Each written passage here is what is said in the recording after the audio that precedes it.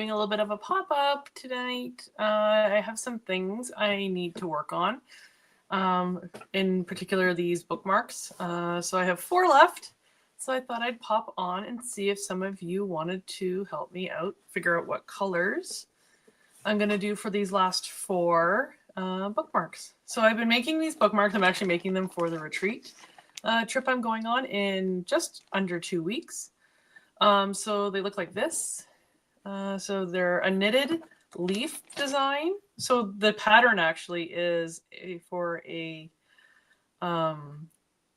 napkin ring where you'd have it wrapped kind of like this, and you'd have your napkin in the middle of it and then the leaf. But I decided to make them into bookmarks. So yeah, so this is one of the leaves. Let's see if I can make this slightly darker for you guys, just so it's easier for you to see it. There we go. So this is one where it's just a leaf, and then the long part here. But yeah, so I need to make 50. I have 4 left to make of the 50. But yeah, so for example, let me see if I can find you a book just to show you what it would look like.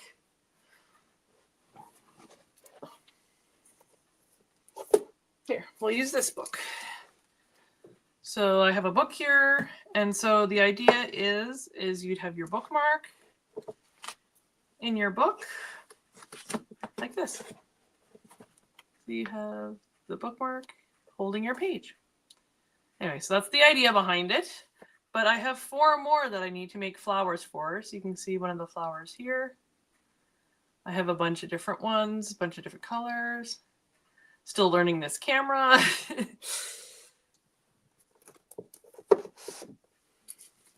But yeah, so those of you that want to come hang out with me, I would love that.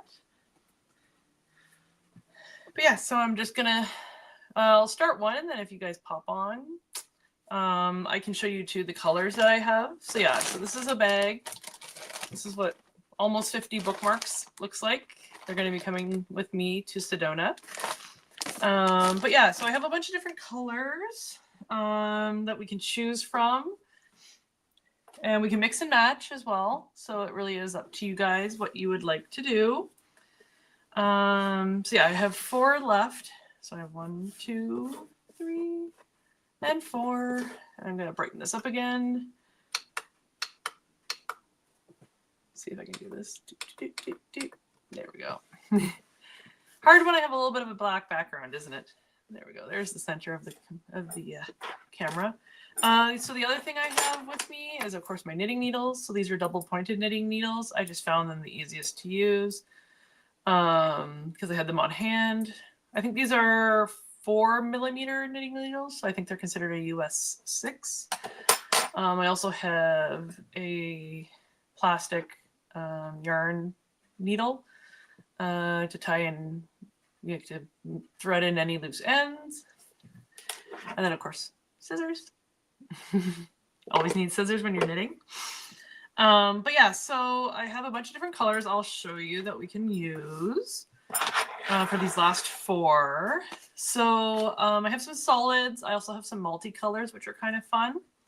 And actually, I feel like I probably will make some extra bookmarks over the 50 if I have the time. So the first color here we have is like a light purple. So you kind of saw it in the one bookmark, finished bookmark I showed you there. Is this light purple. And then, so there's that color.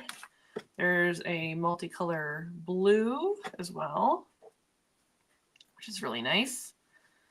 I have a white. So there's 2 different whites. I don't know how well they'll show up on camera. Is you gonna focus? So you can see one's a little bit more off-white and fluffier, and one's more solid white. So they show up a little bit differently. I have like a coral pink color, and then a darker kind of reddish pink color. So those 2 look really nice together. I've knitted a couple bookmarks with these 2 as complementary colors. I also have 2 different colors of yellow. So again, you can see there's this one that's a bit lighter. And this one that's a bit darker.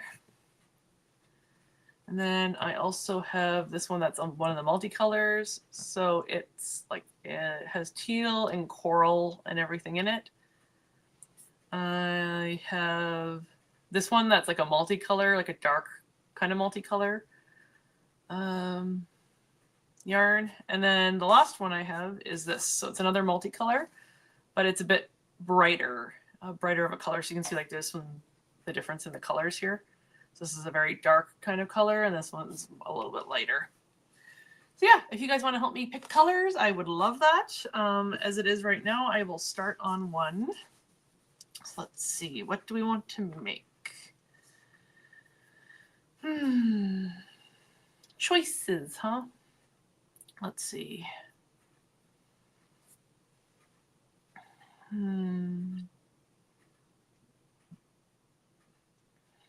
I've done a couple of yellows recently.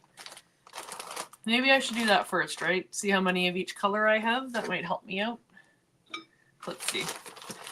Dump them all out. You guys can see all of them. Right, so these ones, these multicolor ones without flowers, I'm going to sort out first because they aren't going to get flowers. They're just going to be straight leaves. So yeah, this is another one that was a multicolor yarn that I just decided to knit leaves out of. So there's that. Sort those ones out first. All right, so yeah, so you can see like this is the darker kind of color. So we'll put those ones aside. These ones are like a blue. So this is using a multicolor blue, different than the multicolor blue I currently am using, but that's okay. Using up little end pieces of, I also have this color too, that was left over from another project. So it's like a brownish kind of beige and gray. So I tried making one just to see what it would look like. There's yellow, so this is like a full yellow, and these ones here you'll see there's like a lighter green and a darker green. So again, I was just using up extra yarn, so there will be some light green ones as well as some dark green ones. White. Let's see here. So this is multicolor, so that's one of those. So maybe we won't do one of those because it looks like I have lots of those. This one was kind of fun. It was a teal with the darker pink in the middle. And so the way that these flowers work is you knit 6 petals. The actual original pattern called for 12 petals. And of course, this would be longer to make the napkin ring because you'd loop it around a couple times like that. But I decided to simplify it and just do 6. So 4 as the main part of the flower and 2 as the part in the middle. So yeah, so there's that lighter kind of multicolor with the dark. All right, let's see. So this is another one where I had some fun putting multicolor in the middle. This is one I tried too, with some pinks and purples and blues.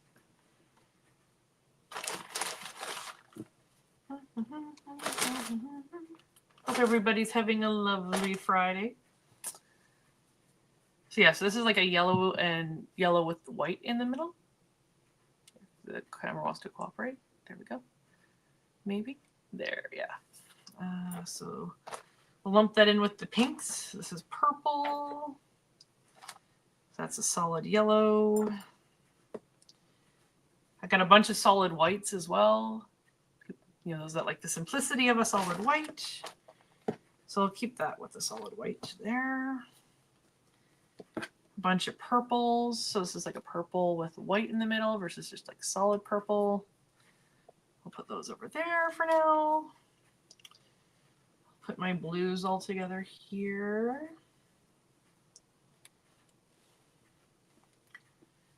These are all pinks. And this was like a darker blue that I tried.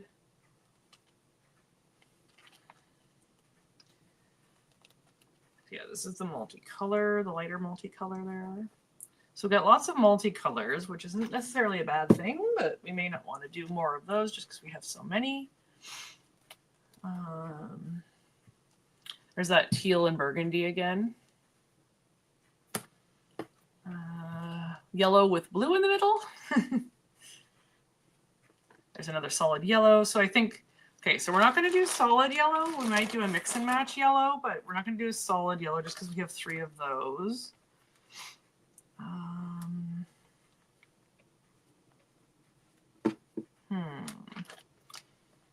Yeah, we have 3 whites, so I don't know if we're going to do another white necessarily. And multicolor as well there. So yeah, I think we'll stay away from the multicolors just because we got 3 of each of those. I said we got 3 each, or got 3 of the white, but we can still do a mix and match with those. And then I think I said yellow, or like the light, bright yellow. I don't have necessarily the beige, like the less yellow, but the bright yellow. I'm going to put to the side because we get lots of those. So yeah, so I might do one more maybe with the paler yellow and another color in the middle, just to complement those. What other ones do we have here? I thought I had more of the regular blue, but I actually don't. I had done more of these, but it looks like I did more kind of mix and matchy ones. So I might make another of the light blue.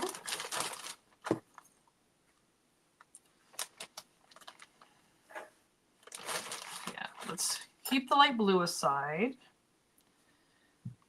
We'll keep... Oh, it's pouring rain outside. I'm like, what's the noise? It's because it's raining. And why did it get dark all of a sudden?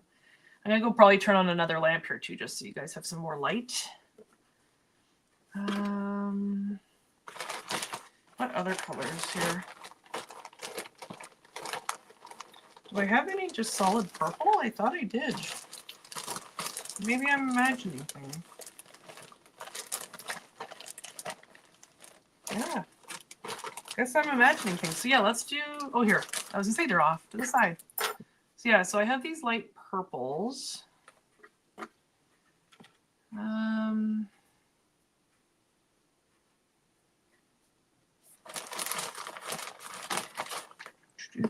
I don't have any, well, I have this teal that I'm saving for another project, so I don't necessarily want to make another teal one. Process of elimination, right, guys? So yeah, let's do at least, we'll start with a light blue, and then maybe one of you will pop in and you can let me know what other color you'd like to use. At least that gives me an idea of what colors I kind of want to focus on. Yeah, I'm going to go get up here and just turn on my lamp. It is pouring out there. Oh my goodness. Hopefully I don't lose power. That wouldn't be fun. Not when I'm in the middle of a live stream. There we go. A little bit more light. Alrighty, so yeah, we're going to start and make another one of these. So with that... Okay, yeah, I was going to say, what did I do with my leaves? They're over here. All right, so we got our plain leaves here. And this is what we're going to aim for, is one of these. So I'm going to take this and this. So this is my yarn. And the first thing I'm going to do is knot it just so I can put it around the needle and get it started. I know this isn't usual kind of woo-woo content, but I love doing art. I love knitting. I do it a lot. Classes and stuff like that. I do it to keep my brain busy. So let's see if I can adjust the camera here just so it's a little more centered over where I'm going to be knitting.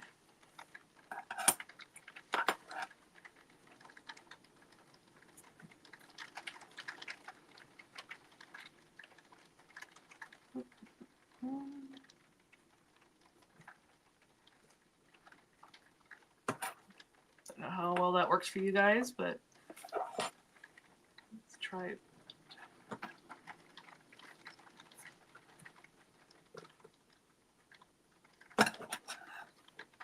I know it's kind of sideways, but let's see. Can I?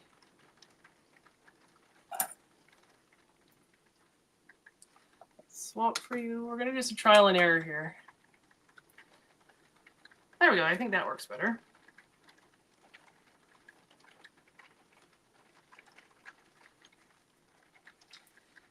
So first thing I do is I cast on 2 stitches. So I don't know how well you'll be able to see that, but I have my 2 stitches on my needle. Come on. Can you show? Can you show, camera? Let's see. Can I make this a little less bright? There. Now you guys can see it. We got our 2 stitches. So I've cast those on. So now I'm going to knit those 2 stitches again.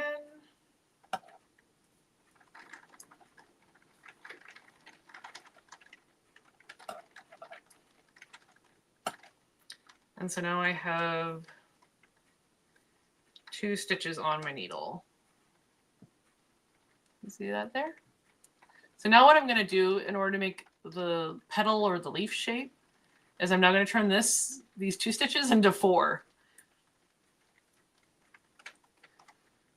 So I'm going to stick my needle into the first stitch, and then I'm going to do what they call knit front and back. Ooh, thunderstorm! All right. So I'm going to knit front, and then without taking my needle out, stitch into the back of the same stitch. So, well, you can see that on the camera. But as a result of that, I then end up with basically 2 stitches for the price of 1. You see that? Oops. And then sometimes you lose it. Hi, Rossi. Hi, Miss Tarot D. Yeah, I'm just hanging out and knitting. I'm trying to finish up some bookmarks I'm making for the retreat in Sedona. So I was needing help choosing some colors. So I don't know if you guys are interested in helping me choose some colors for the bookmarks that I'm making. There's also apparently a thunderstorm happening right now outside my window. Don't know if you can hear it, but thankfully I didn't have to leave my house today.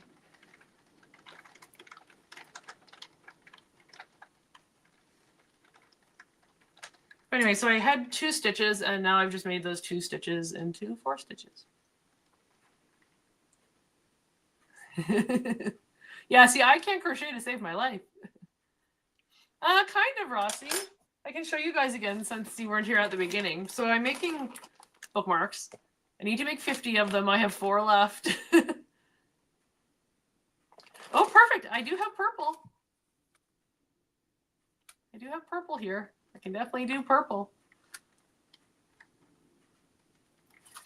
It was one of the ones I was actually considering doing, because you can see here I've used purple.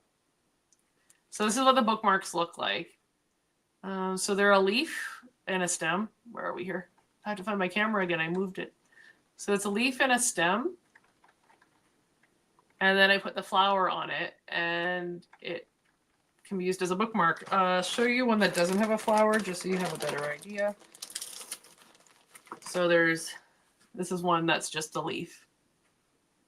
Just the leaf with the stem part. Yeah, that's what it looks like. Yeah, my mom taught me how to knit. So yeah, so we can definitely do, for Miss Tarot D, we will do some purple. But do we want just like solid purple, or do we want to mix it with another color? Because we can mix it with another color too if we want. I do have other colors. So I have like some pinks. I'm going to make this brighter again so you guys can see the colors. There's like some pinks here. We have yellow and white. I also have like a multicolor kind of pink if my internet wants to cooperate. There we go. There's like a multicolored teal and pink kind of color. But yeah, so one I'm making right now is going to look like this one. So yeah, so we're going to do purple. So we'll set that one aside.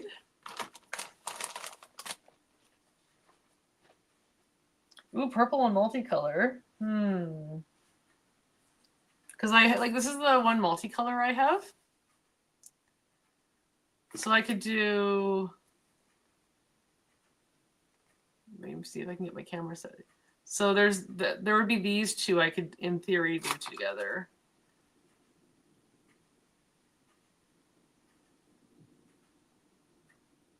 Amanda Carroll says dark green and brown like a tree. I do have like a grayish kind of brown color. It just doesn't look as nice with the dark green. I can show it to you. Let me find it. Actually, I'm going to just go grab the ball and I can show you the ball.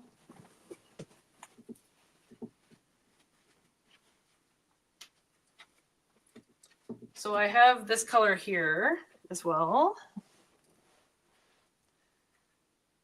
There's this one here. So it's brown and gray and beige. But it does, like, as you can see with the green. There we are. I just don't know if it would look, I guess it might. I guess we could do that. We could do one of those. What do you guys think? Let me try and get this centered on the camera. There we go. What do you guys think? Do one of those?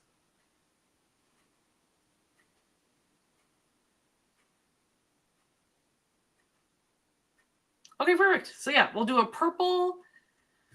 We'll do we want to do like maybe purple with white in the middle? You do purple with white.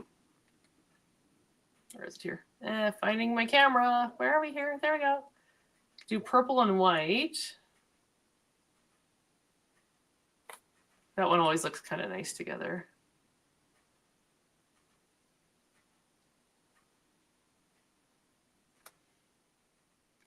So we have one, we have two, I'm making three. So we need one more color combination.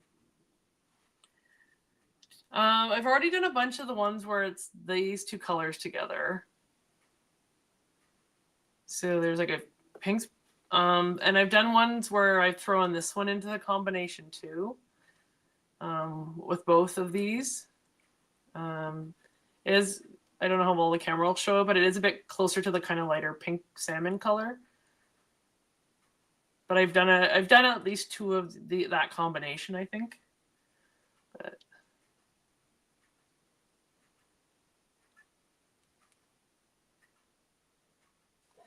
ooh, I just had a thought. We could do these two colors together. What do you think? I don't know how well, again, it's trying to get the lighting right. But I have these two that would probably look really cute together. It's like a light yellow and like a kind of salmon-y color. See if I can fiddle with the lighting here. There you go. That you can now see the color a little bit better there without the light on. Okay, perfect. Let's do that then. There, so we have our color combinations. So that's exciting. All right. Thank you for your help in deciding. Teamwork makes the dream work. Anyway, so I'm going to turn the light back on here just a little bit, just so you can see what I'm knitting. So yeah, so what I'm doing is making petals for this. So this is you see the boring bit. Watching me knit. Yeah, you had a lot of fun, Ms. Terodi, on Ramon's show. We've talked for 2 hours, and I'm pretty sure we could have kept going. But yeah, it was a lot of fun to talk to him, about my journey and answer some of his questions about, like we talked about past lives. What else did we talk about? Oh, we talked about ETs. And I'm actually really excited. Coming up at some point, I have a friend writing a book actually about one of her past lives as an extraterrestrial. And I'm going to have her on the show to talk about it once it's published. It's not published yet. We're working on it. It's in the editing process at the moment. But yeah, we're almost there. We're almost at the end of the book. We're almost done editing. It's been a bit of a process, but it's going to be so good, and I can't wait for you guys to have an opportunity to read it.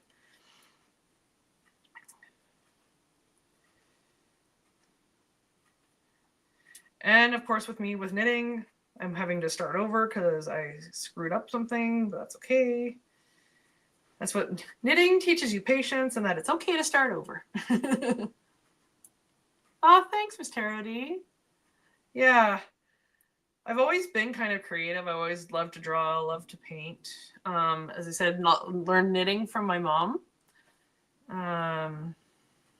It's always just been kind of a part of my life in a way. I, de-stress at the end of the day. I love knitting for the fact it keeps my hands busy so I don't snack so much. Yes, Karen, bookmarks. I'm knitting bookmarks. Here, I'll leave that one in the line of the camera there so you can see what it looks like. Actually gonna see, can I zoom in on this thing? I don't think I can. But probably lower you down though, closer to my hands. That might work. Let's see.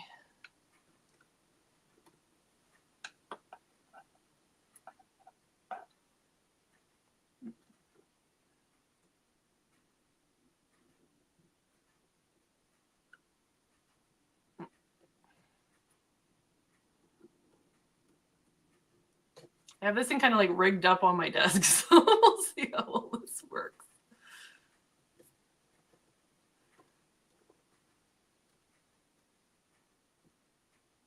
Let's see. Nope, that's too far. Too far, not far enough.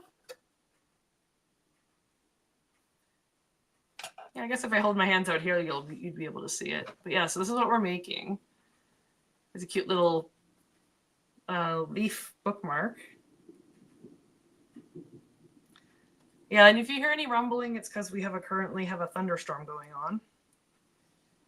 So I'm increasing 4 stitches to 6 by knitting in the front and the back of the second of these 2 stitches here.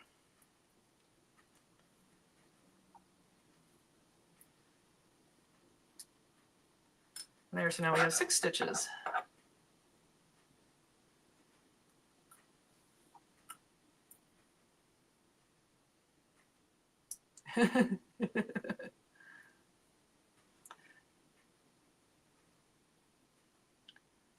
Oh, you ordered my deck?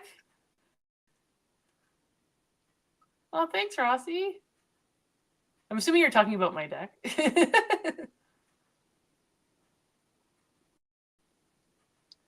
Oh, 2 chihuahuas. That's awesome.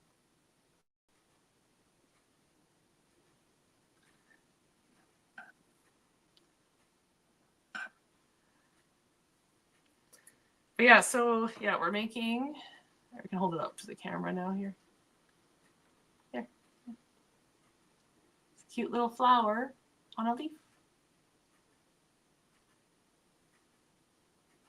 And it works as a bookmark. I was saying at the beginning of the show, it was originally actually a pattern, an old pattern for napkin rings, like knitted napkin rings that I got. If you want free knitting patterns, I absolutely love. It's called Yarnspirations, but I always go there for my knitting patterns. I've knit a bunch of blankets. I've knit a mermaid tail blanket, which was a lot of fun. So I'm just doing 2 rows of 6 just regular knitting, just to give our little petals a shape.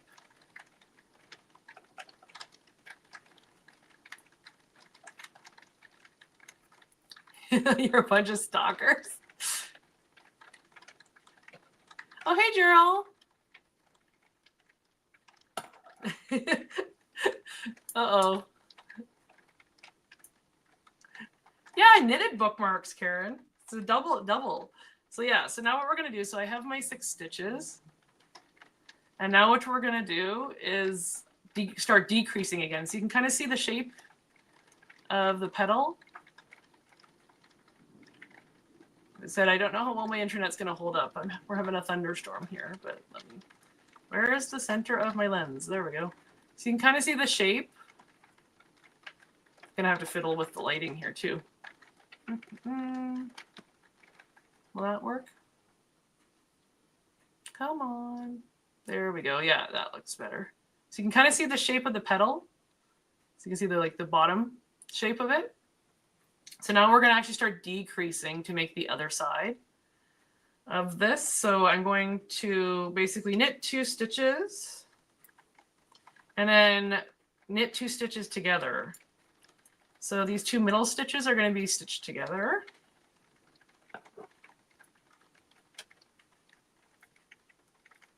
Into 1 stitch. So there we go.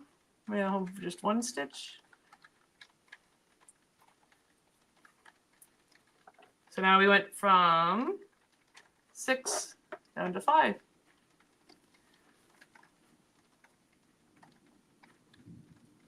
All right.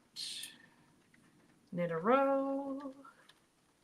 What's funny is I've made so many of these now that I've basically memorized the pattern, so I don't even have to look at the pattern anymore.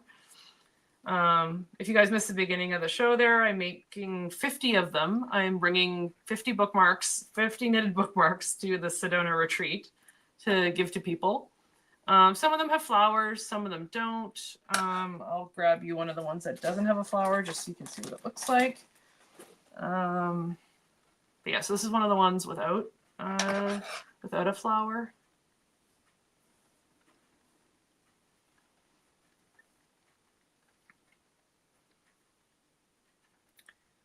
All right. And now we're going to go down from 5 to 3. So again, knitting 2 stitches together.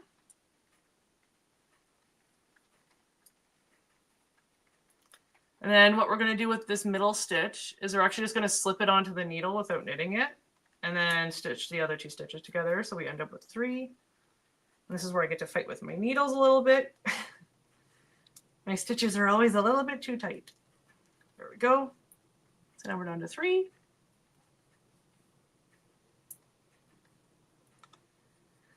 And then I don't think the pattern called for it, but I always knit 1 more row of the 3 just to lock them in, because now what I have to do is cast these off. So I basically am going to take these stitches here and feed them over this stitch here, and so that they lock. So this is the fun job. I usually just use my fingers. So I slid 1 off and over, and then I'm going to slide the second one off and over like that. And now we have just the 1. And then I always pull a little bit extra out, just because what we're going to do is we're now going to feed this little end. I'm going to take it, trim it. So I'm going to cut it. And then we're going to put it through the loop.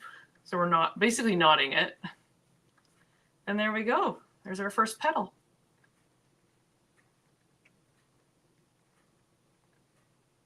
Like that. Ta-da. Oh yeah, the retreat? Sure, yeah. Your first knitting project was the asymmetrical shawl with the sport weight yarn. Talk about putting pressure on yourself. Oh gosh, Rossi, yeah. I always just started with knitting a rectangle. There usually ended up being holes in it because I would drop stitches. Yeah, you definitely challenged yourself. So yeah, the retreat I'm going on. It's actually going to be, I'm leaving, I am leaving, basically 2 weeks yesterday. So I'm leaving on the 12th. I'm flying out from Ottawa to Sedona. So I think it ends up being 7 hours because I have an 1 hour flight basically from here to Toronto. And then from Toronto to Phoenix is a 5-hour flight, give or take. And then there's also a 3-hour time change, so that'll be fun.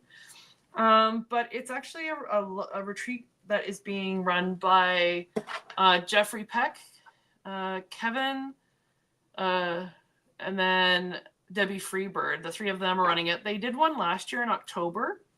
And I actually heard Richie talking about it. He did a couple of videos on the one last year. And so I listened to those and I'm like, oh my gosh, if there's another one I want to, I would love to be able to go. And he talked about being able to get a scholarship for the last one. And because, coming from Canada and going to the States, it's not cheap, especially with the exchange rate the way it is at the moment. I talked to Terry because Terry had been there last year. I talked to her and said, hey, do you think I should email them and ask, hey, if this is happening, would I be able to maybe be considered for a scholarship?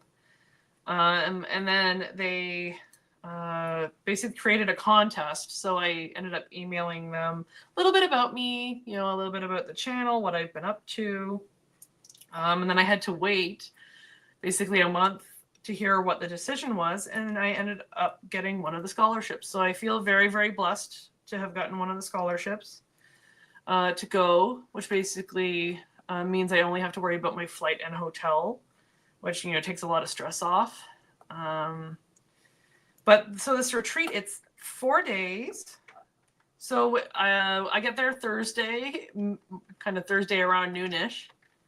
And then it starts at 6 p.m. on Thursday. Oh, thanks, Mr. Hardy. Yeah, I couldn't believe it myself, actually. I crossed my fingers and hoped, but yeah, it was great. Knitting and fishing? I don't know if I haven't tried that, Karen. Yeah, I'm going to definitely do that combination, Amanda. I can usually whip these up pretty quick, so you'll should hopefully see that one. But yeah, so it's 4 days. I think there could be up to 50 people, hence why I'm making 50 of these, because I just want to make sure I have enough. When I spoke with Jeffrey, he said, everything I'm buying 50 of them. So that's kind of the number I've been using for these. But we're going to be doing a bunch of stuff. I don't even know everything we're doing. But some of the things that we're doing, there's a lady that's coming to do aura photography, which I'm super excited about to see. See my own aura colors and have a photo is going to be kind of cool.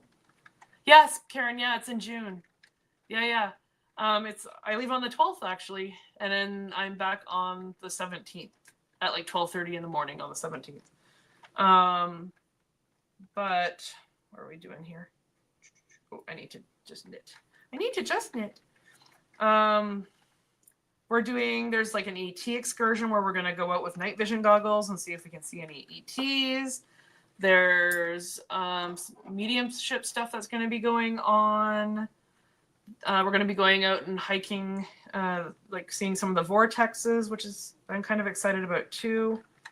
I know I'm going to like die of heat. It's been really, really, really cold here, honestly, as far as summer temperatures go. Like we've really only gotten summer temperatures this week.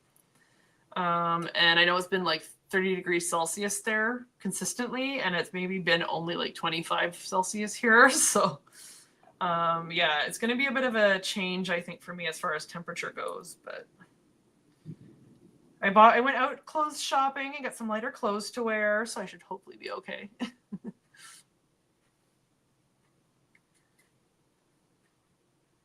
Yeah, you remember something about June, but you're reading and it looked good. Oh, yes. Yeah, exactly.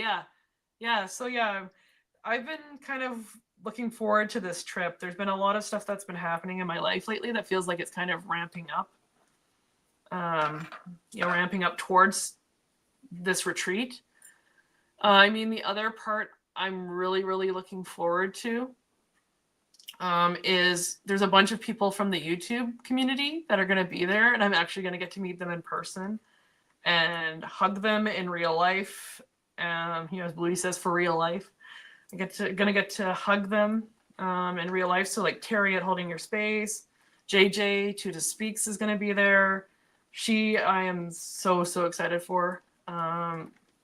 Just because I feel like her and I have maybe shared a past life or something, because the connection I feel I have with her, even just virtually, I just feel strong, in my opinion. But so it'll be interesting to meet her in person and have that in-person connection and see where it leads us.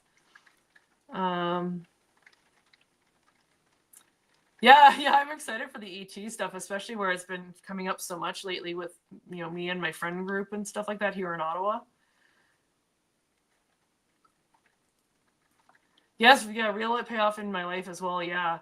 I'm actually, they kind of been sending out emails being like, think about what you want to bring in for the retreat. What's your intentions and what you want to release? And I think I've decided my big one is that I want to work on is self-trust. So, self-trust in my abilities, just, trusting, that I know stuff, that, not to keep doubting what I know and what I'm doing. That I'm on the right path as far as things are going. Just because I think that will help me with my intuition too. If I'm more open to my, intuition and not using my thinking brain so much as my actually feeling into things, which I don't do a lot of. I find it very, very hard to get out of my head. So yeah, I'm hoping that this retreat will kind of help that. Having the support of everybody else around me will help. So you can see here again, we have that little kind of petal shape. So to compare, it's a little petal shape. And then we're going to decrease our stitches again. And what's nice about this multicolor yarn is that you end up with different looking petals because the colors aren't always in the same place. So for example, like this one will have more light blue and less dark blue, based on the way it's looking right now. Yes, imposter syndrome, Rossi. Yeah, huge, huge for me. Yeah, yes, I remember Pentacles and Seven Swords. Oh my God, maybe it's about your trusting yourself. Yeah, probably. And not running away. Yeah, definitely. Yeah, 5 months later. Hey, divine timing, right? We always talk about how timing isn't always the same up there as it is down here. Well, thanks, Karen. I'm glad that you're remembering. It's meant to happen. Aw, thanks, Gerald. He says, this sounds like a great experience. Having people other than me saying that you have power will be wonderful. Yes, exactly. And that's what I'm really hoping, Gerald, is that, I won't need anybody else's opinion, but it'll just having that moral support being like, yeah, you got this, girl, will, help. I mean, I have a great community here too, here in Ottawa.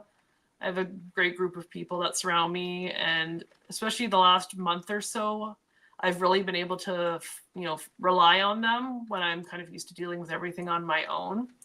So I've really been kind of relearning a lot lately about, friendships and relationships and the relationships that matter most in my life. And so, yeah, it's been a lot, but as I said, I feel like it's been kind of ramping up towards this retreat and, what may or may not happen while I'm there. Yes, I love that, Karen. Yeah, absolutely. Let us teach each other to continue to love ourselves and honor ourselves. Yes. Yeah, I love that.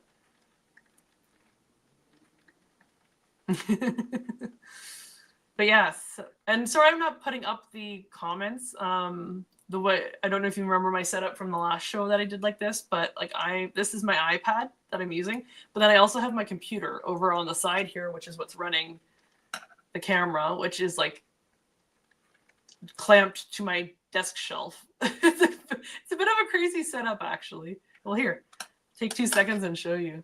So yeah, so you're kind of, but I don't know how well you'll be able to see that, but the camera is like clamped to my shelf. There's the computer on my little like side desk. And then you guys are sitting on my desk computer. But yeah. And now you get to see all my freckles and a flash of lightning. Thunderstorms.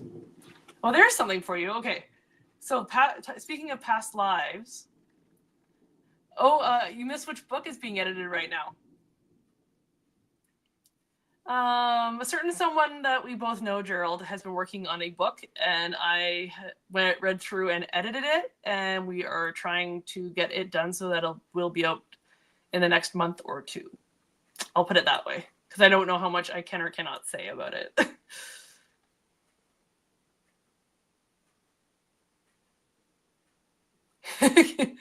Every time I'm on, I just say, well, yeah, I can't show your comments anymore because I can't handle it. Right? Multitasking. How am I supposed to multitask? I can't knit and show comments and talk. And I mean, I'm pretty good at multitasking, but I don't know. All right, so we got our stitches here, and that's one stitch, I think, right? No, two. I need to do my row of knitting. My row of regular knitting here. And this is 4-weight yarn if you're wondering about like making them yourself. This is 4-weight yarn versus like 6-weight yarn, which I have been knitting with as well. The 6-weight yarn is like a fleece yarn that I love to knit with. It's more, basically is like knitting like fleece. And it's what I actually made a mermaid blanket out of. It's a mermaid tail blanket, which I'll have to show you guys at some point. Actually, I could probably show it to you. I could probably hold it up to the camera, but.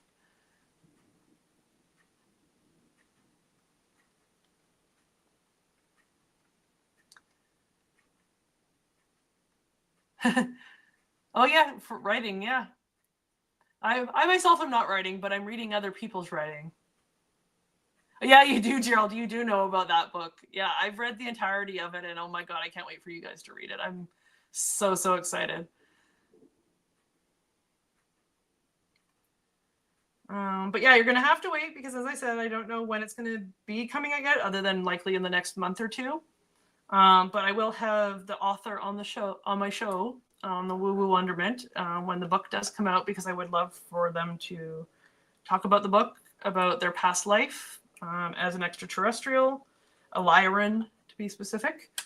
And I would just, yeah, you guys can bring your questions, and this is where I get angry at my yarn because I made my stitches too tight. You can see here, I don't know how well you'll be able to see it on the camera. But I have the 2 stitches that I'm feeding this through. The 1 loop, there we go, down to 3.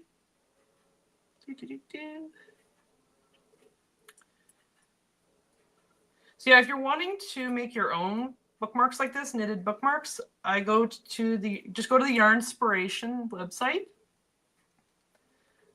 Type in knitted napkin ring, and you'll see it was one that it was flower napkin rings. I did adjust the pattern a little bit in the sense that I didn't make them as long. So the actual pattern calls to make them like, I think 20 inches long. Mine are half that length. I basically took one of my bigger books and measured it to see what it would look like. Or like to see how long to make them. And I've all just made them that size. Don't need to be making them 20 inches long. Nothing needs to be 20 inches long. And then it calls for 12 petals per flower, but because I didn't want it to be like super heavy, I ended up just doing 6. So on each flower, there is 4. So there's 4 kind of base petals. Where are we here? There we go. 4 base petals, and then like 2 that are kind of sticking out in the middle. I don't know how well you can see that.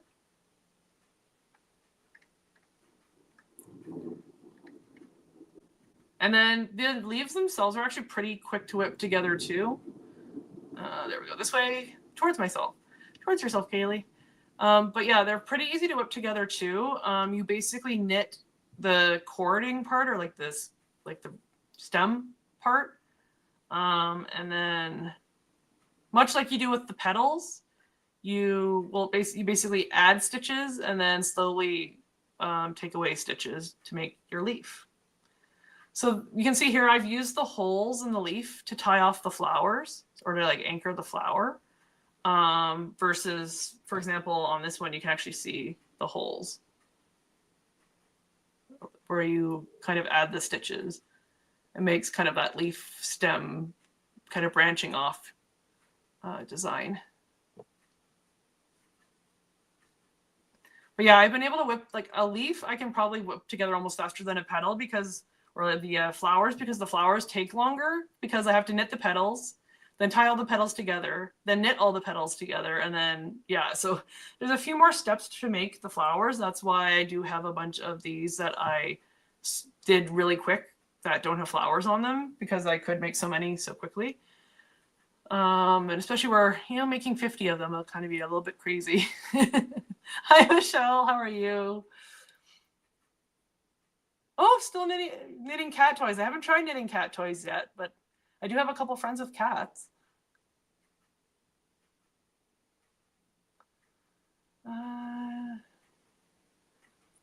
Yeah, I've seen like little fish patterns and stuff like that people can make.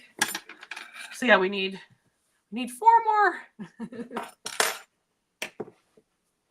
You guys have any plans on your weekend? I'm actually doing a sound bath tomorrow, or like a sound session tomorrow with Claire, who was on my show on Monday.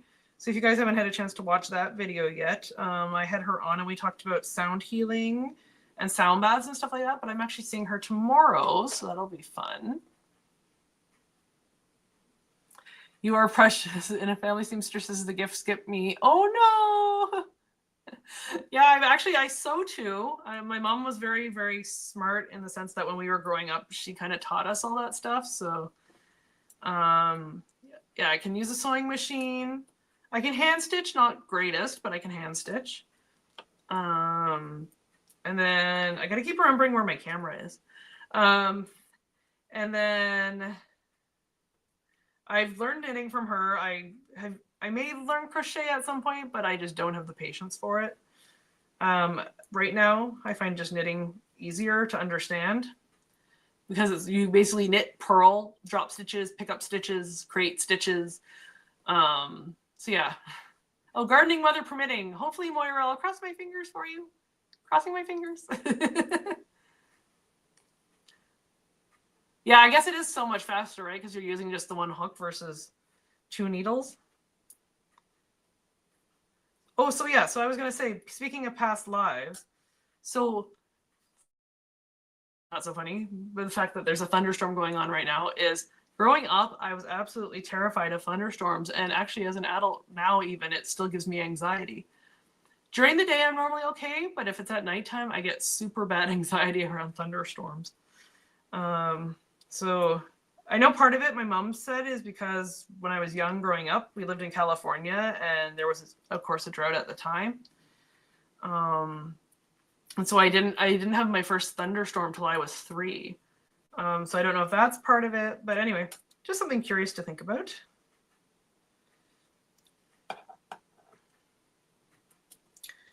And then I think you guys have probably seen or heard, but like with star seeds, they talk about like having constellations on your skin. So I don't know if you'll be able to see it on camera here, but so this is my right hand, but you see my freckles on my right hand? I always joke that like I can play connect the dots with them because there's like equal symmetry on either side. Isn't that so funny?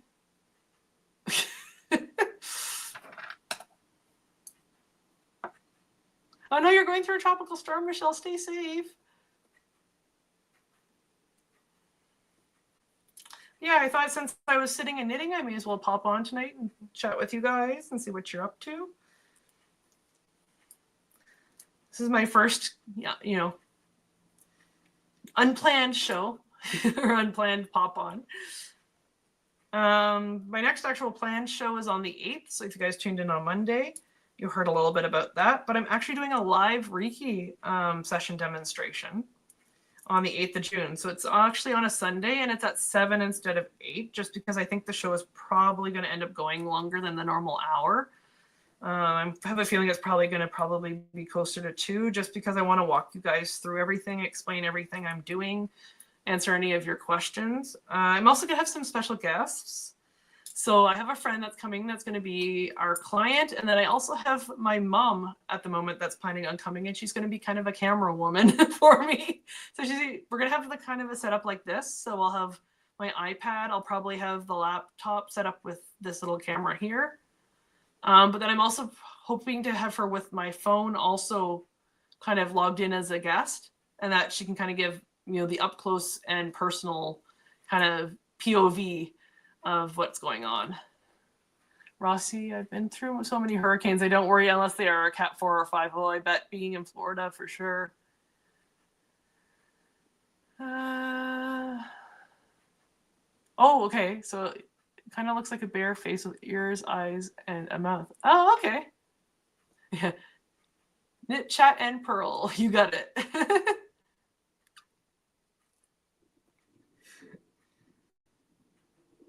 I also was born with like a really huge mole on my arm. I know they talk about like birthmarks being evidence of like ways you've died in past lives, but I just have this giant mole on my arm. And it's been there since I was a baby. So I'm like, why did you put that there, body? You know, why? And it's always just been there. It's kind of weird. Because I know with birthmarks they say about like, you know, if you have a birthmark in a certain shape, it's because you died that way or whatever. But yeah, I don't know what it is about moles. Oh, you're in the mountains. Helene got you. Yeah, well, with all the flooding and everything that happened there.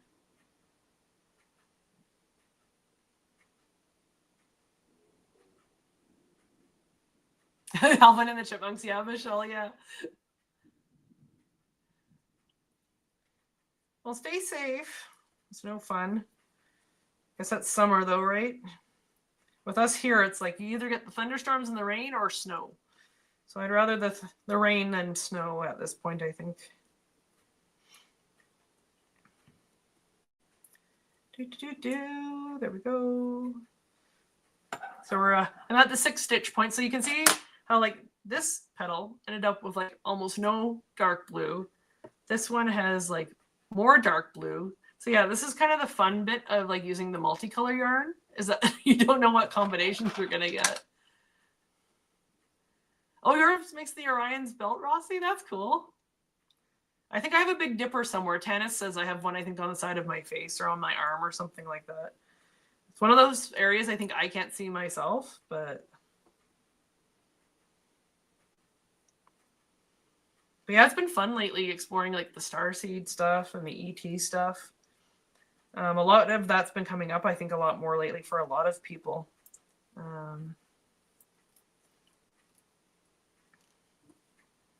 mean, I know they talk about, you know, 2027 being a big year, but yeah. Anyway, it's interesting. You have a birthmark of the UK on your back. Weird. Yeah, maybe. That'll be interesting to look into. Hi, yeah, Amanda Carroll, yeah. Karen's here. I'm never up early enough to catch your shows, Karen. You need to wake up earlier, I think. Either that or I'm over on Terry's channel sometimes with her with the tribe in the morning. So yeah. And the meditation tribe.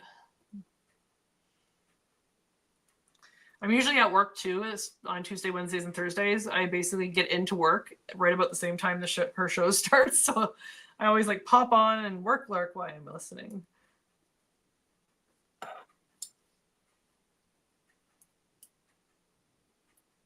Here, it's the first year I felt like, who is my star family? Yeah.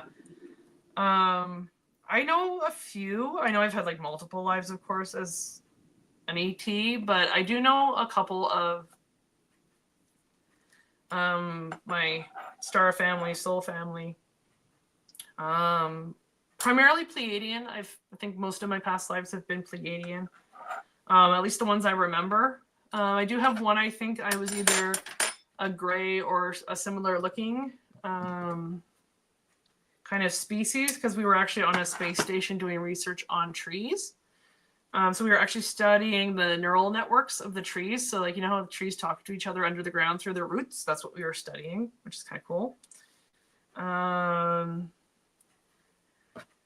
then I've also apparently came up last week. Actually, was it last week before last? Anyway, had class. I'm doing a Galactic Shaman course to go with my Celtic Shamanic course. But we did stuff on Venusian healing. And I was told that one of the kind of past life glimpses I've had, I wasn't sure what planet it was at the time, but that it was a Venusian past life that I was remembering at that point, which is kind of interesting. And that really, really taps into you know, the kind of, I feel a lot just when I work with spirit.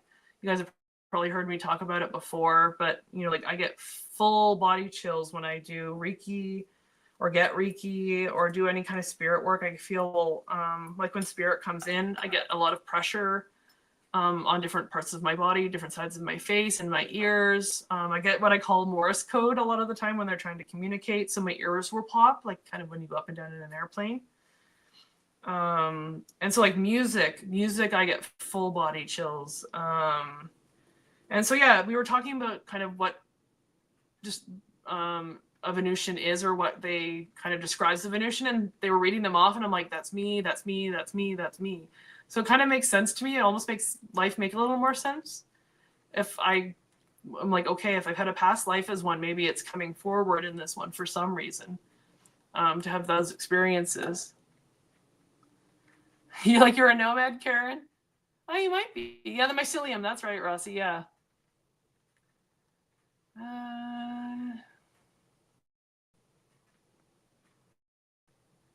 I too have had the thought of a constellation tattoo connecting moles and freckles. That would be interesting. Yeah, there's been times where I've thought about maybe getting a tattoo, but one of my arguments to myself is I don't love anything that much to have it permanently on my skin for the rest of my life. But I don't know what that says about me.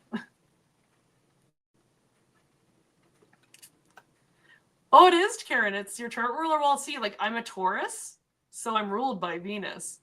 So yeah, it kind of makes sense too there, doesn't it?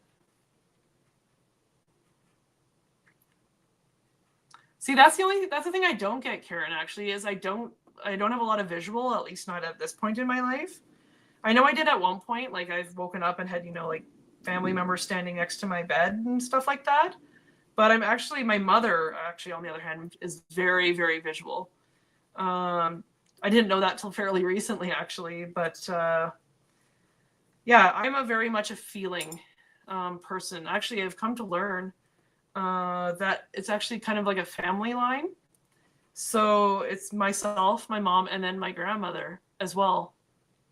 Oh, you're a Taurus moon, Rossi? Yeah, I'm Taurus, Sun, Virgo, moon, Sag rising. So whatever that tells you about me, I don't know, but I still don't understand astrology 100%. It's not my forte, but that's okay.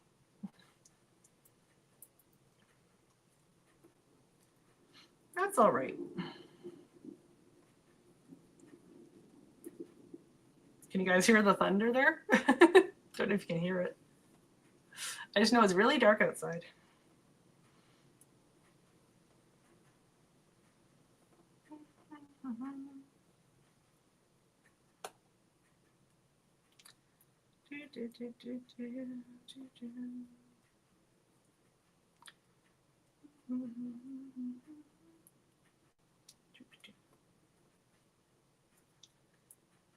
There we go.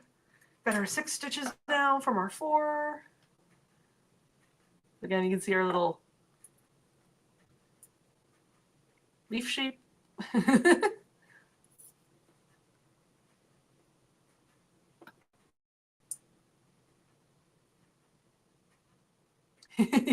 Yeah. No bumper stickers. Yeah, you got it. Yeah, that's right. I remember that, Michelle, you saying that I had the same moon as Jonathan. And see, yeah, big changes are coming your way the next year. I'm feeling it. That's for sure. Like work has been so slow. I'm like, okay, is the change coming for that?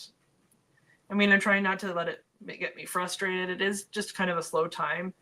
Where I work with, you know, in agriculture and with agriculture, this time of year is very slow as far as paperwork because everybody, of course, is out on the fields and you know, all the people are having, like all the cows are having calves right now, so they're out doing that instead of paperwork.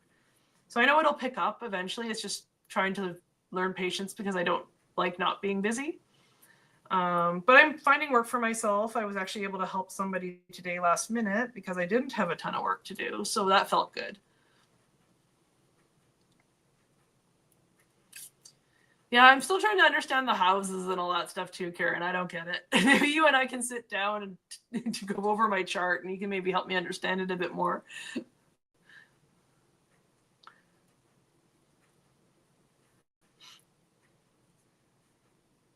All right, one more row of 6. 2, 3, 4, 5, and 6.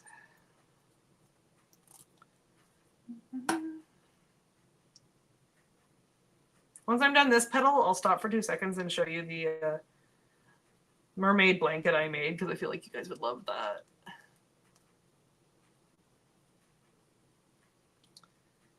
Yeah, I think I have my chart and stuff printed off somewhere. I just don't think I have it down here. I don't think I have it down here at the moment.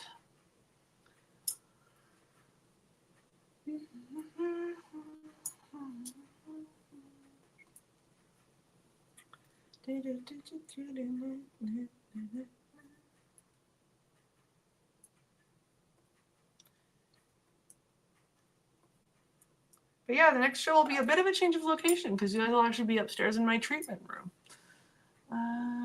False house is very spiritual. Yes, yeah. Interesting. I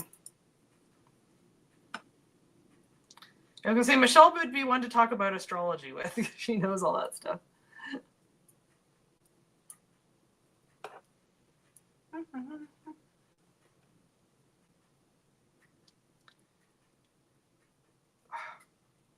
There we go. Come on. All the way through. As I said, fight with my stitches because I make them too tight. There we go. Got it. Got it. We're good.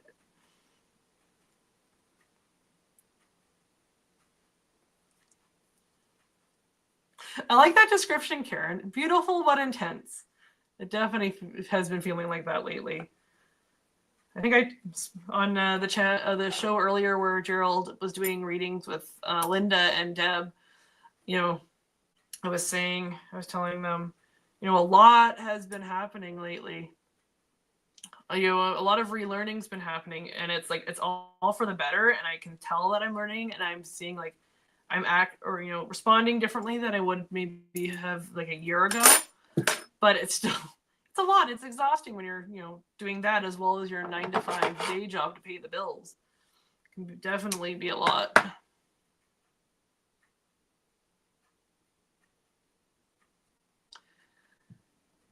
I've literally lost track of time, like unaccounted time. Oh, last week when it was really strong, like I've never had that happen. Oh yeah. It can definitely happen. There we go. Another petal done. 2 more. So you can kind of see how these are all turning out. And there's a right side and a wrong side. I kind of go with my gut as to what looks nicest. Can I make this brighter? There we go. That's probably better for you guys. Not so in the dark.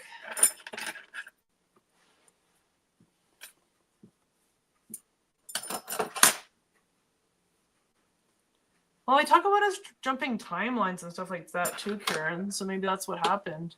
But yeah, I know what you mean, where you like blink and you're like, okay, where did the time go?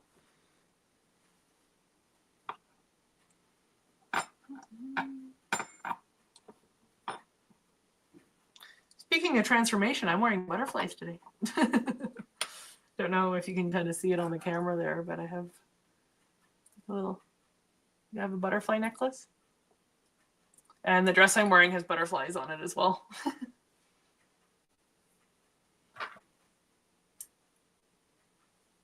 Yeah, thankful to have a community I can make like that and not be mocked. No, not at all. I actually feel very lucky. I have a coworker at my job that I can talk to about stuff like this, and she also doesn't think I'm nuts, which is really, really helpful. And my mom and my family are very open to a lot of the stuff. And of course, I have my friend group. Because those of you that know Twillo, so Tanis and Jen, There's a group of about 12 of us. We call ourselves spiritual gangsters, actually, which is kind of cute. We call ourselves the spiritual gangsters. But there's 12 of us, and we all try and find time to hang out together. We all support each other because we all live here in Ottawa. So we're all within, 15 minutes, half an hour from each other. So if there's an emergency or something like that, you have reinforcements that you can call in that'll support you no matter what. And it's been really, really nice, actually.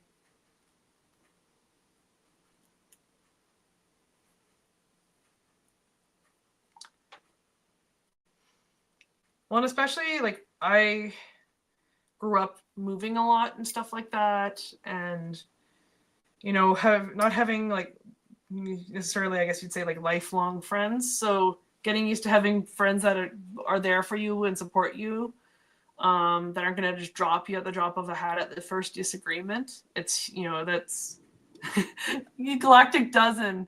Yeah, galactic dozen, dirty dozen. That's right, Rossi. You got it. Yeah. But yeah, it's really, really nice to have all of them. Actually, what's really funny is most of them are all spiritual warriors. So there's a light workers, light keepers course, and I think all but myself are in that course. So I'm the healer of the group. They talk about D&D campaigns, and you have like all the fighters, and then you have the one healer. I'm kind of like, I am protected by them, hang out with them, but then I patch them up when they do something stupid. That's my kind of running joke with them. But it's fun. I kind of learn stuff anyway. As the SGs, you got it, Amanda. Yeah. But no, it's nice because like even if I'm not in the class, I still kind of learn by association. So it's not a bad thing. It's not a bad thing to have them all like, doing that stuff. And we all need that support anyway, right? Teamwork makes the dream work, as I said earlier. The community is a big thing.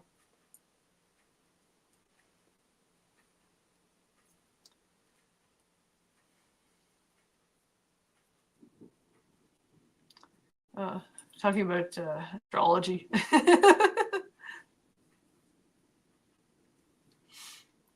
Talking about astrology.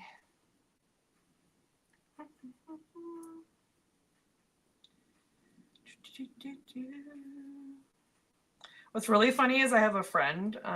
Actually, we've known each other 20 years now, which is kind of crazy. But I call us April bookends. So she's an April Aries and I'm an April Taurus. So it's kind of funny that you get, you get the two sides of April. But yeah, we've been friends for 20-ish years, which is crazy to think about. So even though I moved a lot, especially when I was young, I've known her for 20 years now. So it's kind of crazy.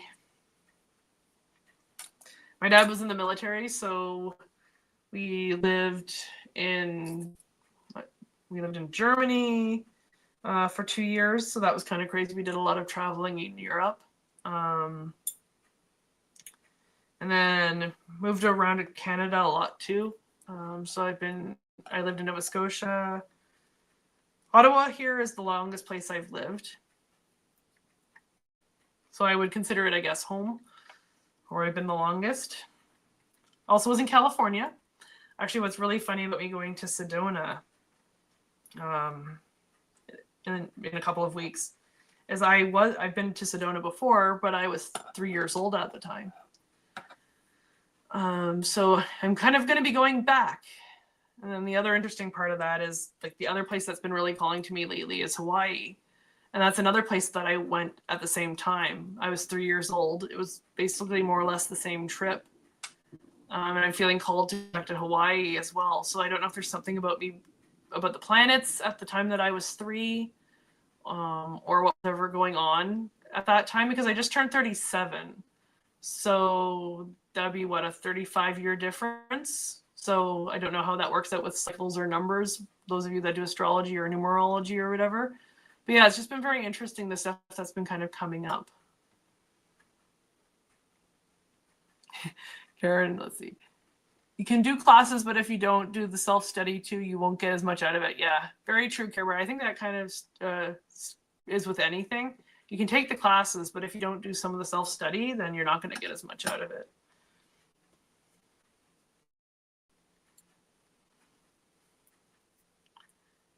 I'm actually taking a bunch of classes right now, but they'll be ending by the end of the year. And then I think I'm going to take a break so I can try and absorb some of what I've been learning, take notes, make notes. One of the things I am kind of looking into doing, though, is animal Reiki. Just because I have my Reiki master, I want to do animal Reiki. And then I'm also wanting to get into sound healing as well.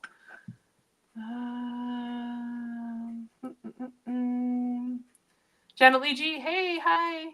Hello, Kaylee. I've been listening while sanding wooden dollhouse furniture pieces. Ooh, that's exciting. I also have always kept my hands busy. Yeah, lots of hobbies. Oh, your great-grandfather was born in Rawdon, Ontario. I'm not sure exactly where that is. I've not heard of that place before. Interesting. I mean, Ontario is huge, right? Oh, you turned 45 June 9th. Happy early birthday, Karen. 45 years young.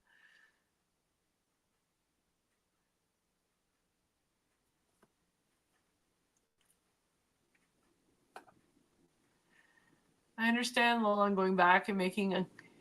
Yeah, what I learned. Yes, exactly. You got it, Karen. Yeah. I have to do that with my Celtic Shamanic course. I'm in my second year now. But yeah, I need to go back and make the notes from the first year and add them, add my second year notes to it. As I said, I'm doing this Galactic Shaman course too. So learning a bunch of galactic healing modalities, which of course helps my business and helps what I do as far as healings. But yeah, I think there just needs to be a bit more getting comfortable with the energies and studying them and making sure I really understand what I'm, doing. I always joke, Janet, that, it's the age you act, not the age you are. So that's my viewpoint on that. It's why I've been told, my childlike joy and childlike wonder of the world is a gift. If I can keep that youthful view of everything, then I'll just stay young for the rest of my life.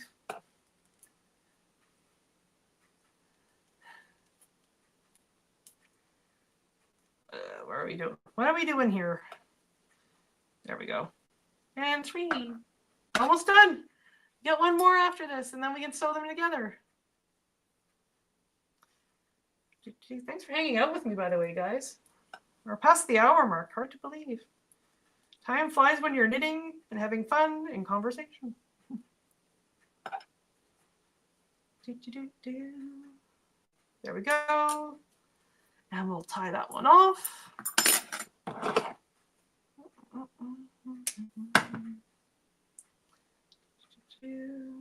Probably gonna have to find where I put my water. Did I leave it over? I left it somewhere. Yeah, I'm gonna have to go hunt for my water, guys. I'll be right back. I'm sure you can keep yourselves busy for 2 seconds, right? I'll be right back.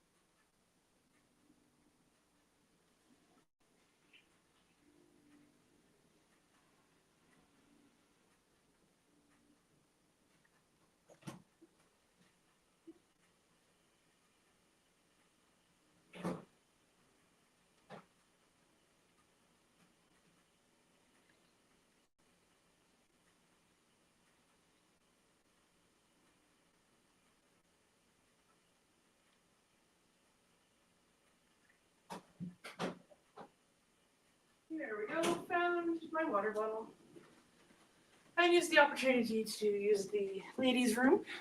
I hope you guys didn't get too lost with me not here. Well, here, while I'm up, I'm going to show you the blanket. So this is the blanket. So it's turned out bigger than I expected it to be. So this is a heavier yarn. So I don't know if you can see the difference. So this is like a 6-weight yarn versus you have like what they call 4-weight yarn. So here, I'm gonna try and hold this up so you can see the difference. See the difference in how thick the yarn is. So this is almost like a fleece. So this is the Burnett blanket yarn that I used for this, but I don't know how well you'll be able to see it on the camera, but it actually has like a mermaid tail. There's little fins.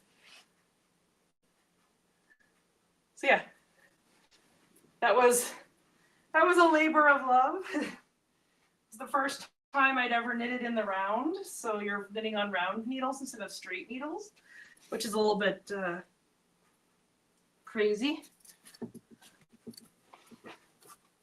But yeah, and now I'm back.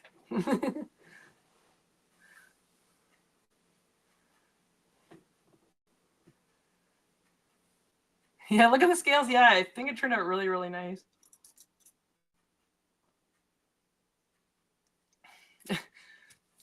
Oh, Rossi, nah. He said he needs to stop shopping for tarot and oracle decks. Never. Yeah, kind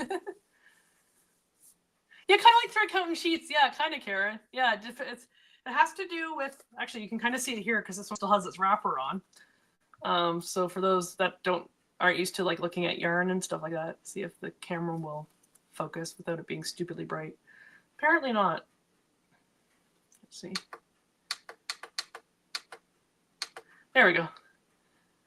So you can see here it has a number 4, so that's where I talk about like 4-weight yarn, and it has to do with basically how many stitches basically per centimeter or inch, depending, I guess, if you're American or Canadian. But yeah, it just has to do with how thick the spin of the yarn is. And then based on that, you also have your different needle sizes. So I was saying at the beginning, like this is a 4mm needle, or a US 6, I think is what it is. So that's the size of needle I'm using for this pattern, but you can have upwards, like I've used size 10 or 11 US needles. For that bigger yarn, for example, you use a bigger needle. I don't know if it's always the case, but it does make it confusing sometimes, going from, the Canadian measurements to the US measurements. I wish they would just be consistent, but it is what it is. One last petal, and then I'll show you guys how I knit them together. I don't know if I'm going to stay on the entire night here, just, showing you, knitting necessarily, because, you guys probably have other things you could be doing with your day. But yeah, I appreciate you guys coming and hanging out with me.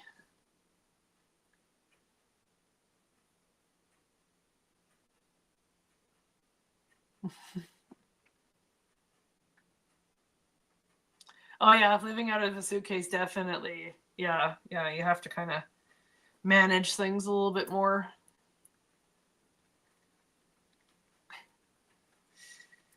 Actually, speaking of suitcases and tarot decks, I'm hoping Jamie is supposed to be sending me a bunch of tarot decks that I'm going to be flying home with me when I'm going to Sedona. So she's mailing it to a friend of mine in Sedona, and then I'm going to fly them home. Keep wanting to do closer here, so let's see. I mean, I don't want you staring down my chest necessarily. That would just be awkward.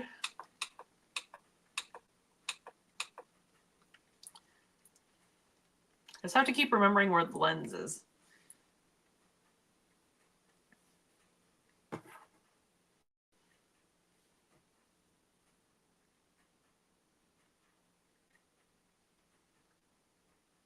Well, that's nice. Yeah, it's a case for just my altar and decks. That's smart, Michelle. Yeah, keeping them separate.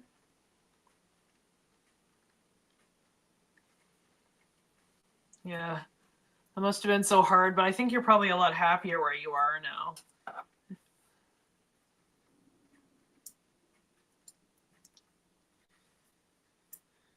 Yeah, just picking up and moving.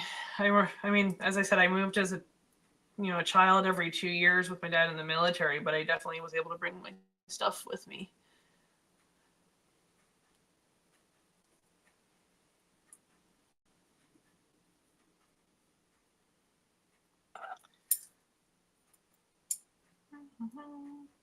So I'm just at the 4-stitch part again, going from my 2 stitches to my 4.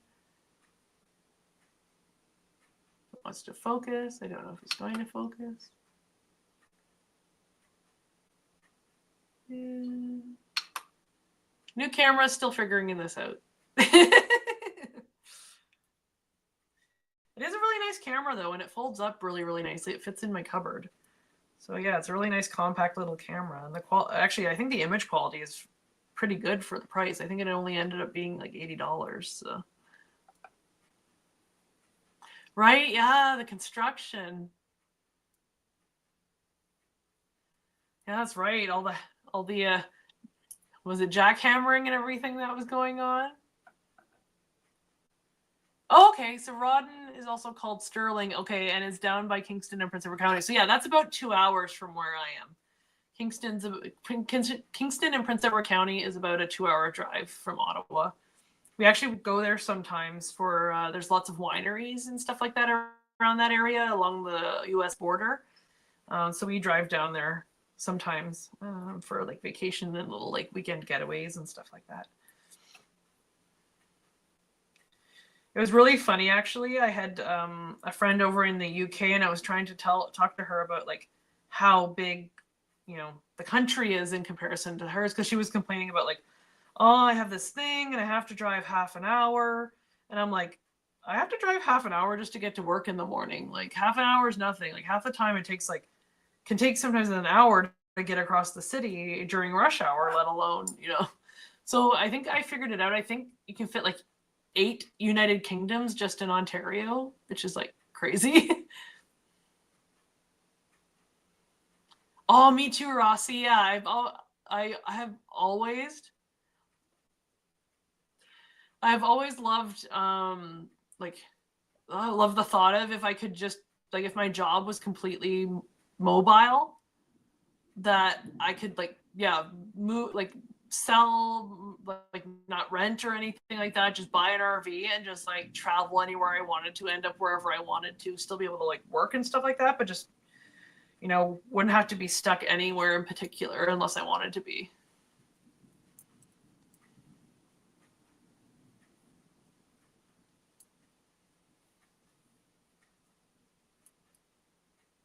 A saltwater crocodile crossed your path the other day? Oh wow.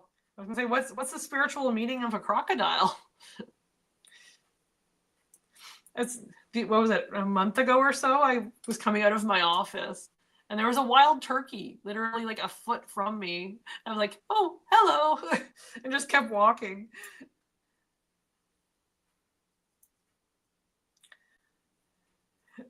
It didn't seem phased by me, but yeah, I was not expecting to see a turkey right outside the office doors when I was leaving to go home. Tells you I'm talking too much. My throat's dry.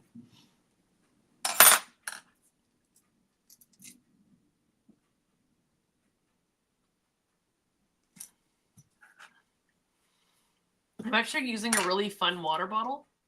I don't have the lid handy, but I'm going to try not spill things. So it's a glass water bottle. But what's really cool about this water bottle is, if I can get the sleeve off, is that you can infuse your water with crystals. So there's a section at the bottom here that's full of crystals. And you can, like these ones are amethyst, of course. You can put whatever crystals you want because this unscrews, and you put whatever one's in the bottom. But then it basically infuses the water through the glass barrier.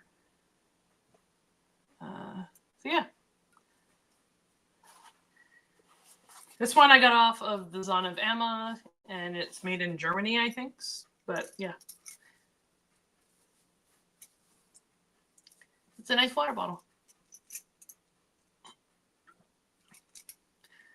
Oh, one time I had a bobcat sitting as I left work. Oh my gosh.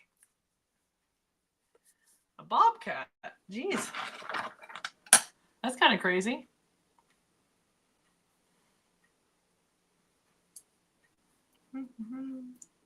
Because I can't remember what row I was on. I'm going to do one more. I mean, if I was actually like really worried about following the pattern, I'd be like keeping track of every single row I'm doing. But at this point, I'm kind of winging it.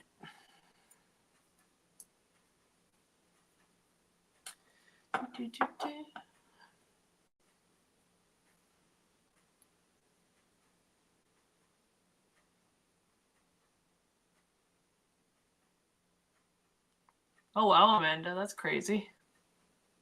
Oh, here, saltwater crocodiles symbolize wisdom and serve as protectors and keepers of knowledge, signifying a new beginning and a period of renewal and growth.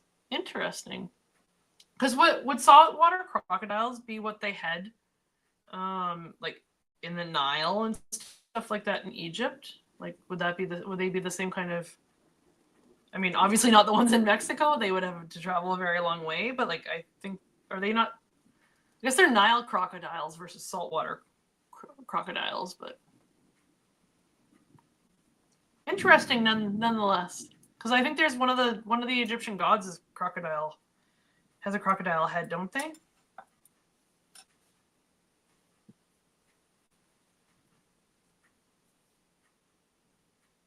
How long have I been a knitter?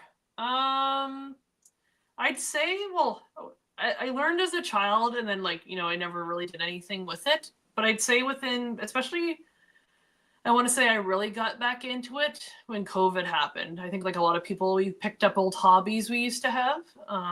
So yeah, I've kind of been consistently knitting since then, working on different little projects, as I said, making blankets and stuff like that. So I have a blanket on my other couch that you can't see.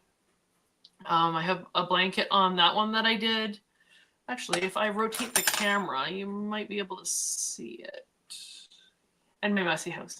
So yeah, you can see the blanket there, the blue stripy one. I knit that one.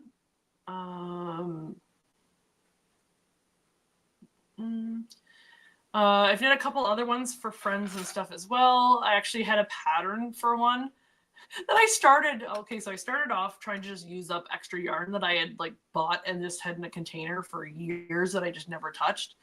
So I made a blanket, and then everybody loved the look of the blanket so much that they then asked me to make like 5 more for other people. And so I ended up basically buying more yarn to make more blankets. But I've now since more or less used up the yarn, though Gerald has inspired me. I have a bunch of kind of half balls of yarns, things like this, where it's not a full ball of yarn. I have a bunch of those in that fleece yarn, and I'm actually going to attempt to knit a landscape, kind of like when Gerald does his fabric landscapes. I'm going to attempt to knit a landscape with little tiny granny squares or granny triangles, and kind of piece them together and make like a landscape with them, just to use up all the odds and ends instead of throwing them out. Here. Florida has crocs, but yeah, they are endangered and are hardly seen. We have mostly gators. Peacocks are associated with Lord Skanda, god of war, Krishna, and Saraswati in Vedic Rasi. Very cool. Well, yeah, love. I mean, peacocks are beautiful to look at, but they are so freaking loud. They're very, very loud animals. I have to go make dinner, but I'll have you on in the background. Okay. What are you having for dinner? We'll be there. You say, give me a couple of hours, I'll be there, Michelle.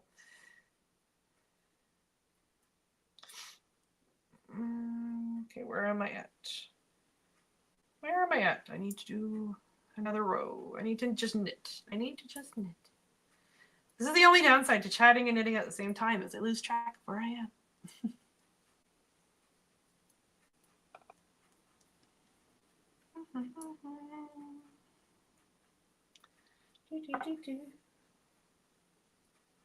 But yeah, the next part will be a bit more fun. It won't be as repetitive as this because we're actually going to stitch these all together. You're usually crafting. Yeah, that would be cool. I was working on Gerald's, choosing colors for his landscape. Yeah, I'm loving that he's doing that because, yeah, I'm the same way. I'm always crafting, painting. I have a bunch of paintings kind of half done at this point because I kind of have to be in the mood for it. Whoa, did you guys see that flash? That was lightning. Do you hear the thunder? I'm like, what keeps flashing? That's the lightning. But yeah, so I'm glad that he's kind of posting some of his creative process because I love to see how others think. You know, how they came to discover what they are doing. Oh yeah, there's an app called Knit Companion that helps keep track of the electronic patterns. Ooh, interesting, Rossi. I'll have to look that up. There we go. Well, and now I'm throwing things. I'm throwing knitting needles now, guys. There we go. Last one. All right. That should be 6 if I counted properly.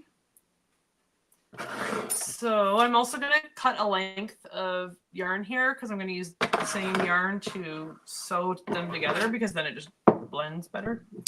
And I'm going to set that now to the side because we're not going to make that one anymore. All right, so one of the things we now need to decide is what petals we're going to use for the outside and what petals we're going to use for the inside. So I'm going to shift this down slightly. So probably looking at them right now, like this one you can see is like all light blue. So I'm probably more than likely just looking at these, probably going to put these as the main central ones and then use these as the 2 in the middle. Just because there's the dark blue, they all kind of have more dark blue. Now the other question is do we put the dark blue on the inside or the outside? So what I mean by that is, do we put the dark blue on the outside, like this one? So you can see the dark blue is on the outside edges, or do we put them on the inside edges and have the light blue on the outside? What do you guys think?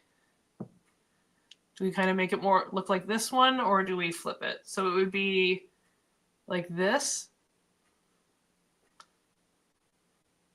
or like that.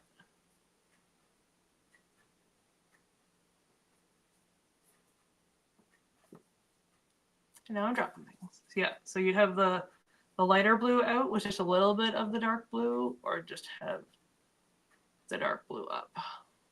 What do you think?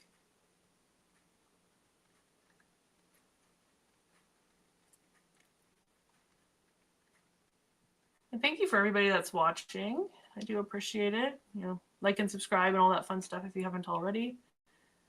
Flip. Okay, so I would say dark up or dark down. Yeah, so yeah, that's what you get with like this multicolor stuff is you get that ombre effect. Okay, dark in the center. Moira says dark in the center. What does everybody else think? We'll do popular vote. Dark in the center or dark on the outside? Like that?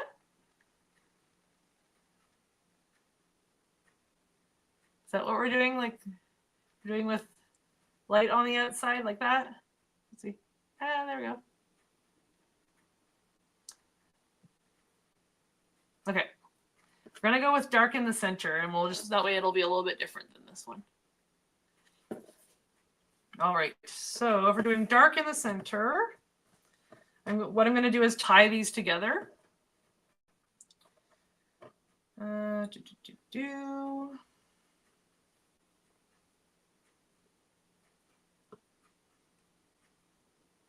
Didn't really leave myself enough thread, but that's okay.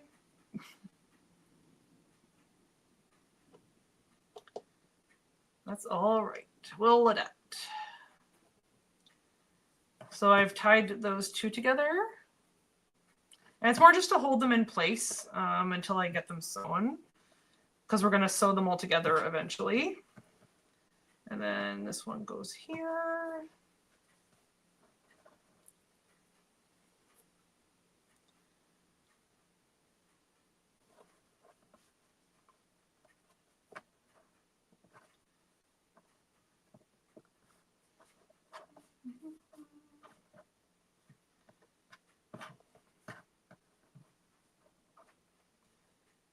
We're going to knot it as well. All right. Now I got to figure out which side I think is the better looking of the two sides. So let me see here. Yeah, we'll use this as the bad side. Use this as a good side. Oh, stop it. I'm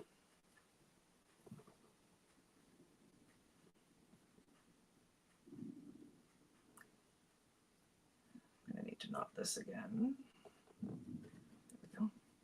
And I'll show you what I mean by like a bad side and a good side. So if you, I don't know how well you'll be able to see it, but you can see here how, so these threads I can push to the other side, but you see how they're fairly clean on the petals. There's not a lot of stitches showing versus if I flip it over, you can see a lot more of the stitching. It looks a little bit rougher on that side. So that's what we're going to consider the bad side. And that this side will be the side that'll be like upward facing basically, because you're going to see it more. Yeah, so we're now going to knit these together. So I'm going to get my needle. So this is just like a plastic yarn knitting needle. So it's a little bit bigger than like your normal sewing needle, but we're not needing to like push it through anything other than the yarn. So it doesn't need to be sharp. Like you can see here, like it's fairly dull. And then I usually pick a spot to start. So because I probably want to tie this to the other thread so it doesn't undo, I'm going to start here and just weave it through. And actually, I'm going to do it because this is going to be our bad side. I'm going to do it on this side so it doesn't show on the other side. So we'll start. I start down at the bottom just so I'm going to work my way up as I make the flower. So I'm going to connect all the pieces together eventually. Because right now, so I'm going to just, whoops, not drop it. So all these pieces together.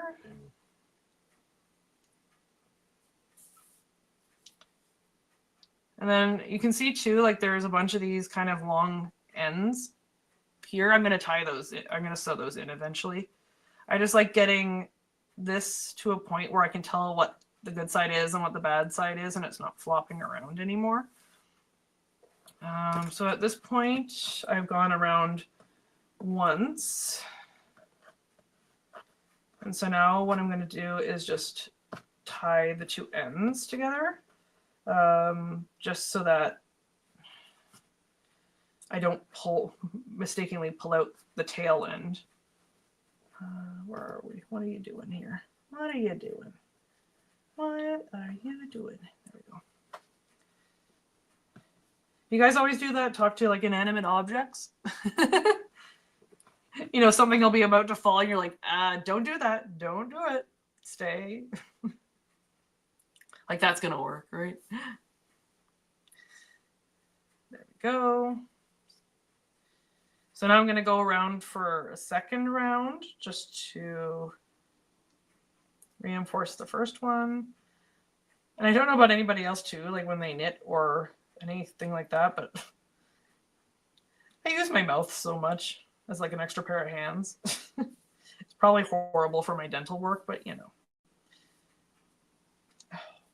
And working with this yarn too, especially some of this cheaper yarn, the amount of like fuzzies that come off of it and make my nose itch. Because now my nose is all itchy.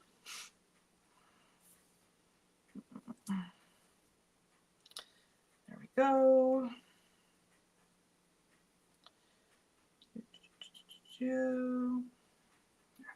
Try and do it in front of you guys so you can see what I'm doing.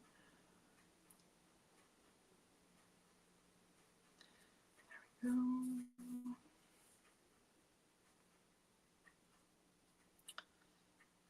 And out of the way.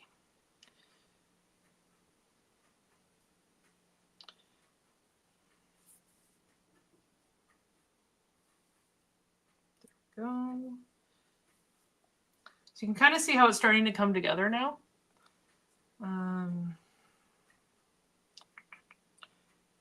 Go for another circle or another round again. I usually do it till it's about halfway up because I don't want them fully connected because I still want, you know, the petals to have some kind of shape. But yeah, so yeah, we'll do this as the last round and then I'll tie in those other ends. But we're gonna at least make sure that this shape is gonna stay. Nice, nice the way we want it to.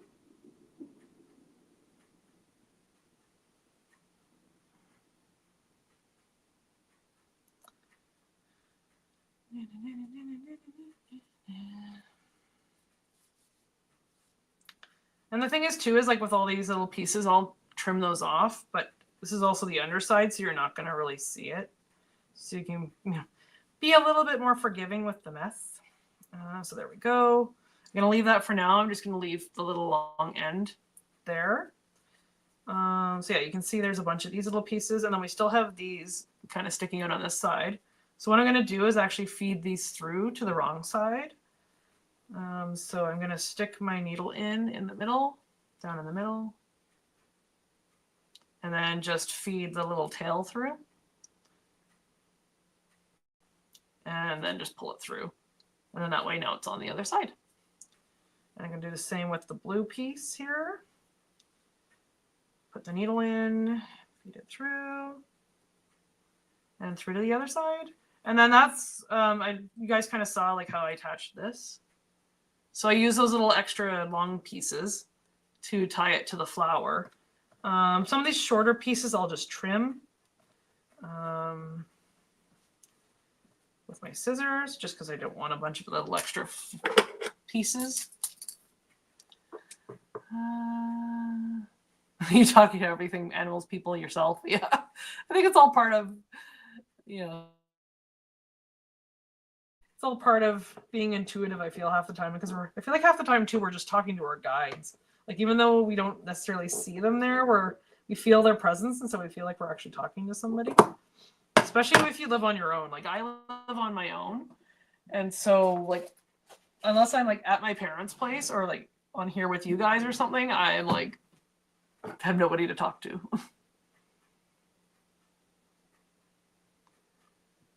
Oh no, Moira. Oh, yeah. Oh yeah, the curse words for sure. There's a couple of those that happen sometimes. Thankfully, not too often with these, but yeah. So you can now see that's our nice side. So I'm going to tie in these ends here. So all I'm doing is, so this is the wrong side, is I'm going to feed the needle through the backs of some of these stitches and then just stitch in that kind of long tail. So you can kind of see how I have the needle through a bunch of the stitches. So then we're going to feed the tail through. And then all I'm going to do is pull it through. There we go. So now you can see the little tail is now down at the bottom here. And then I'm just going to trim it so that it's not so long. Like that. And then I just can pull and shape the petals how I want. Do the same with the rest of these. Feed them through. And this is where like having like a solid color instead of the multicolor works a little bit better, in the sense that you don't as obviously see your little tie-ins, but it's okay. It's homemade, right? People are going to appreciate that it's homemade.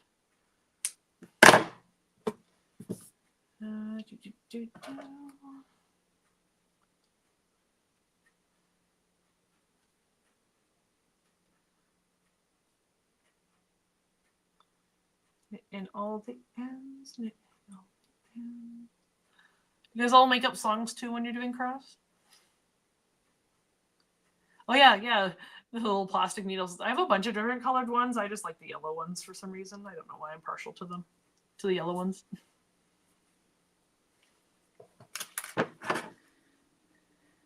Yellow is happy, I guess, right? All right, so we got to tie in one more petal. So you can see here, like it's kind of shifting and splitting a little bit, but I can pull that tight once we get shaping our flower here, which you'll see in a second. I'm just going to finish tying in or knitting in this other end here. There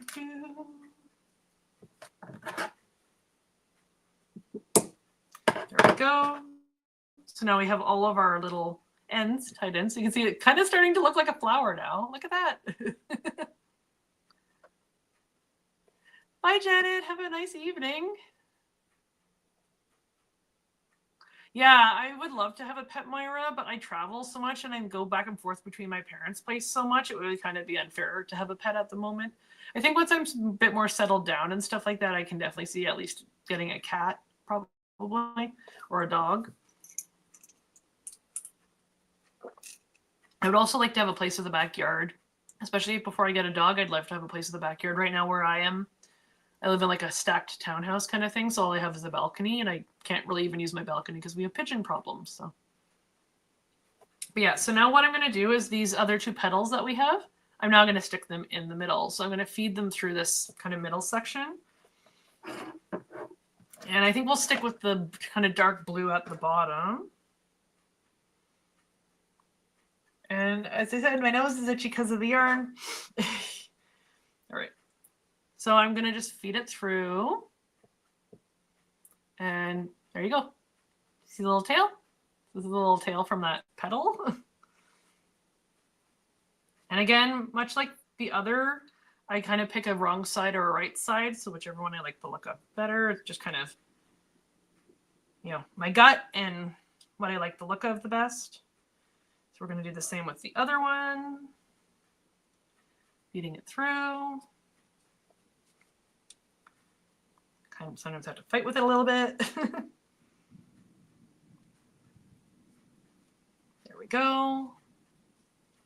So now we have the two little, couple extra little pieces of yarn here. So I'm going to just figure out, so that's the one, and then this should be the other.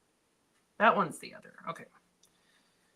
So I'm going to take the two petal kind of loose ends here and tie them just so they don't shift. I'm going to tie them at the bottom. So now you can see we have kind of 4 little ties that we can use to attach it to the leaves, as well as I still have this long end too that I can also use to attach. And then, so these center ones now you can see, I'm going to tie in, put these little long ends in, same way I did with the other petals.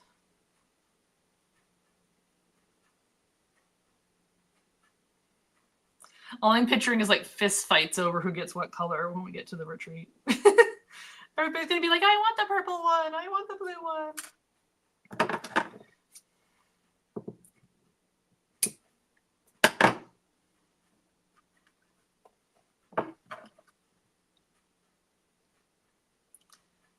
All right.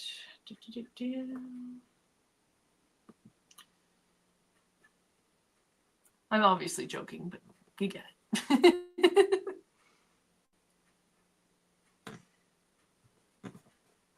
So happy you guys are sticking around. We're almost at the 2-hour mark. I appreciate the company. As I said, I would be sitting here knitting by myself if you guys weren't here. Yeah, I'm making 50 of them. Yeah, I have, technically after this, I have 3 more I have to make. Because I have the leaves all made. I just need to make flowers for them. But in total there will be 50. So got 3 left after this. And I still have 2 weeks before I leave. Well, 13 days now, but yeah.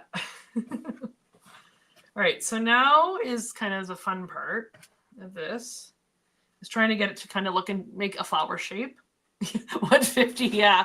I've been working on making these bookmarks for like, I think over a month now. I didn't know how many I needed to make to start with. I only found out, I think, a week ago, 2 weeks ago, actually, like how many, because I said, like, can I get an idea of numbers of how many people are going to this retreat? And so I finally got an answer of, there could be anywhere from like 30 something to 50, but anything we're buying for the retreat, we're buying 50 of them. And so I'm like, okay, I guess I'm just going to use the number 50 as my ballpark number. And actually, I'd already made a bunch of them already. And so I really only had, I think, about 20 like I had to make. And I had most of these already made. Like I had enough, I had 7 more of these I had to make 50. And then I'm now just making the flowers for the ones that don't have flowers and that I want to have flowers for. Yeah, my fingers will need time to recover. I don't know. As I said, it keeps me busy when I'm watching television and stuff. So what I'm doing now is I'm going to basically take it from kind of the flat, floppy shape and bring it up and into like a little flower shape. So what I did is I'm using the long end of the yarn and I'm going to kind of knit all these petals together. So I don't know if you can kind of see what I'm doing here, but I'm going to connect this petal with this petal with this petal with this petal across the long side. And then that way it will kind of bring it together. So like that. So you see now how it's how it has kind of gathered itself now in the middle. And then what I'm going to do is go back through the other side, basically repeat what I just did, but going back the other direction.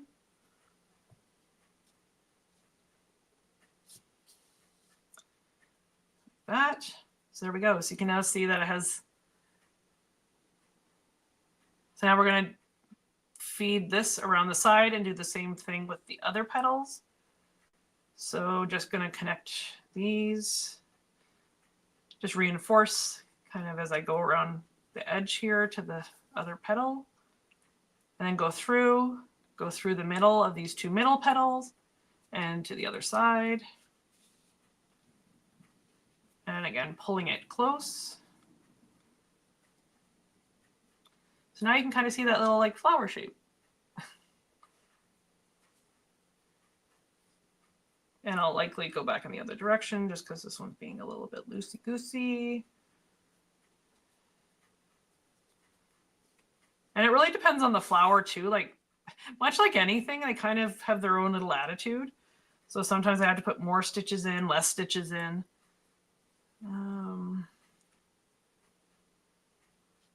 Yeah, there we go. Get a little flower.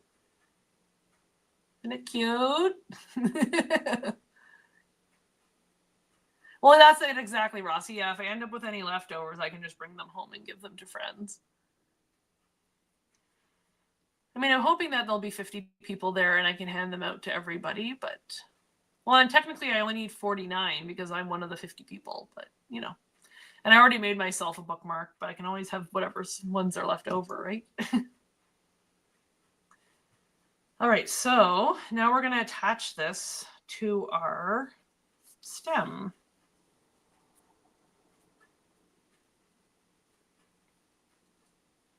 So I'm going to just choose one. I think at this point they're all relatively the same.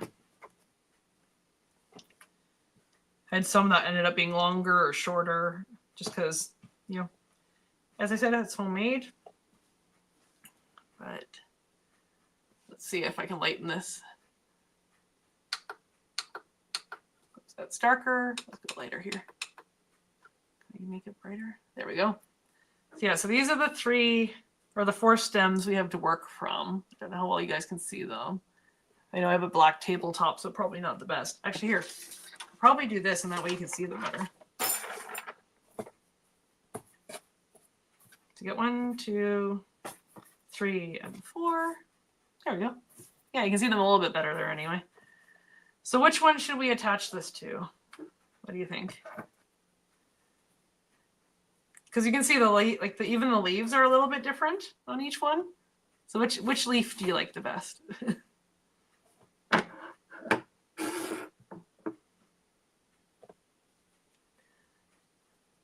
Do we want 1, 2, 3, or 4?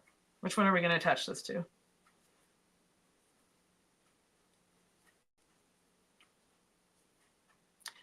Second from the left. Are you saying that? Okay, second from the left. So this one? Because I think that's your left, right? Yeah, this one. Okay, perfect.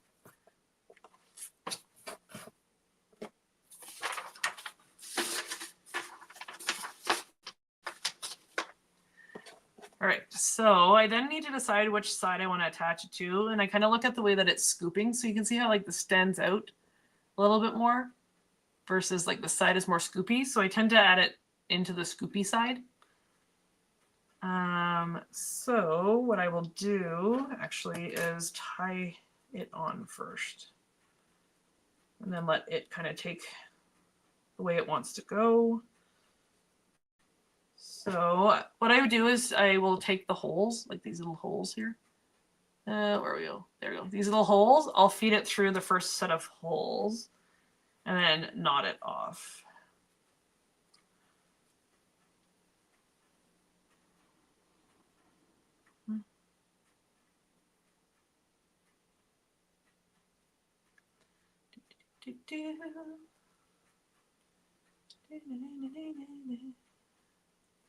Go. Double knot because we want to make sure it doesn't come undone. So you can see now it's at least attached. Got it attached at least now, but we're going to tack it down just a little bit more just because we don't want it shifting. So with the second set of little ties that I have, I'm going to feed them through the next set of holes and repeat the process.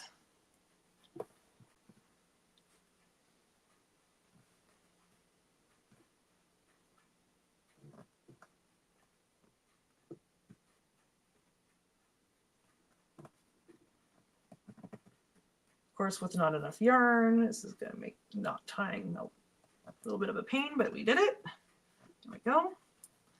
So you can see now it's kind of sitting there. It's not completely flush to the thing. So that's where I'm going to use the longer end now and just kind of feed it through so it sits a little bit nicer in the leaf.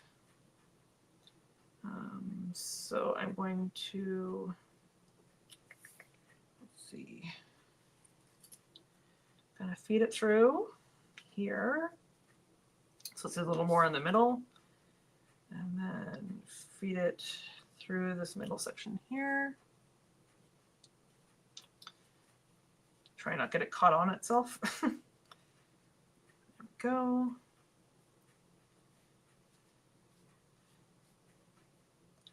I'm going to trim these long ends because they're just going to get in my way.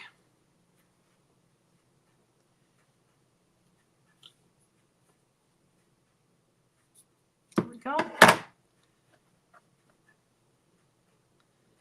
And just pray these ends don't come undone. Right. There we go. So yeah, I'm going to feed this through. Let's see.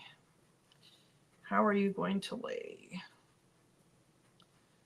How are you going to lay here? Probably feed up through here. But sewing it on is kind of just more instinct than really following any specific pattern. I just kind of go with what it's kind of wanting to do. There we go. That's sitting a bit nicer now.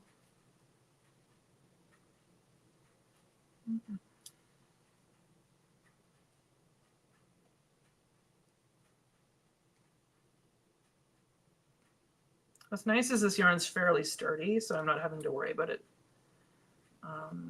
you know, snapping or breaking or anything like that. So I can put a little bit of tension on it. Oh yeah, right. Hershey's birthday's today. Yeah, tell her happy birthday for me. We're almost done here anyway. I'll jump off after I get this finished. I appreciate the company while it lasted, though, guys. I mean, 2 hours. You hung around for 2 hours, so I appreciate it.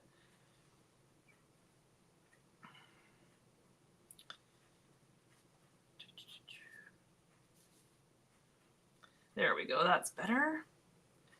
So, this end I think is sticking out a little bit too much. So I'm going to just go in and attach it a little bit more securely to the underside here.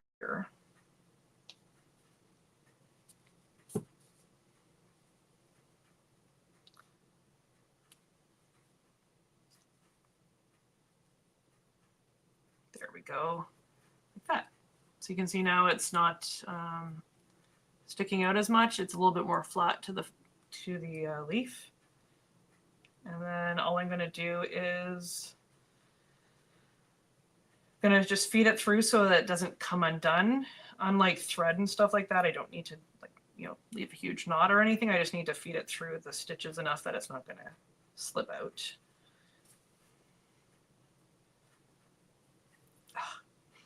This yarn is so fluffy, it gets up in my nose. There we go. So I'm just feeding it down into the stem to knot it off, because what I'm going to do is pull it, trim it super close to the stem, and then that way, when I pull it, it will disappear. So this one, it's going to not cooperate, and I'm going to just end up trimming it up here, it looks like. There we go. So yeah, so you can see like the underside isn't like super pretty necessarily, but from the top side, it looks super cute. Look at that. You guys helped me make a flower. You helped me make a bookmark. And what I'll do is I'll use your color choices for the last 3 that we chose, and I'll take a picture and show you it at the end. Oh, sure. Yeah. I can show you what it looks like in a book. I showed it at the beginning, but yeah, I can definitely show you again. I don't mind. So give me a second here. I just have to stand up to grab a book.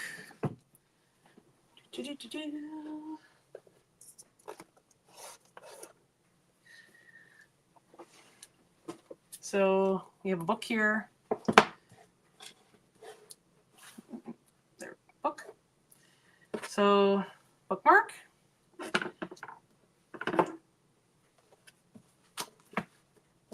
Ta-da. There we go. No, it's all good, Moira. I didn't really have this planned, so nobody really knew that I was coming on. But yeah, so that's what it looks like. Cute little bookmark.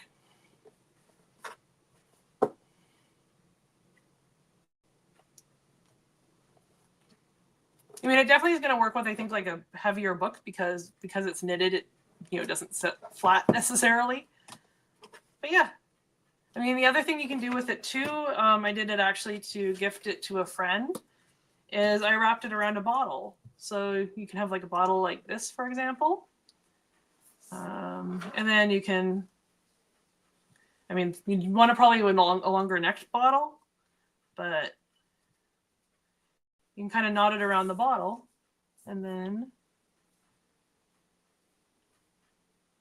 have it like that. But yeah, knitted bookmarks based off a knitted napkin ring pattern. Yeah. Thanks for hanging out, everybody. Hope you have a great Friday night. Have a great weekend. And I'll see you in 2 weeks unless I decide to pop on again and do some more creative stuff with you guys. I will see you in 2 weeks on the 8th of June for our live Reiki demo. All right. Have a great night, guys. Bye.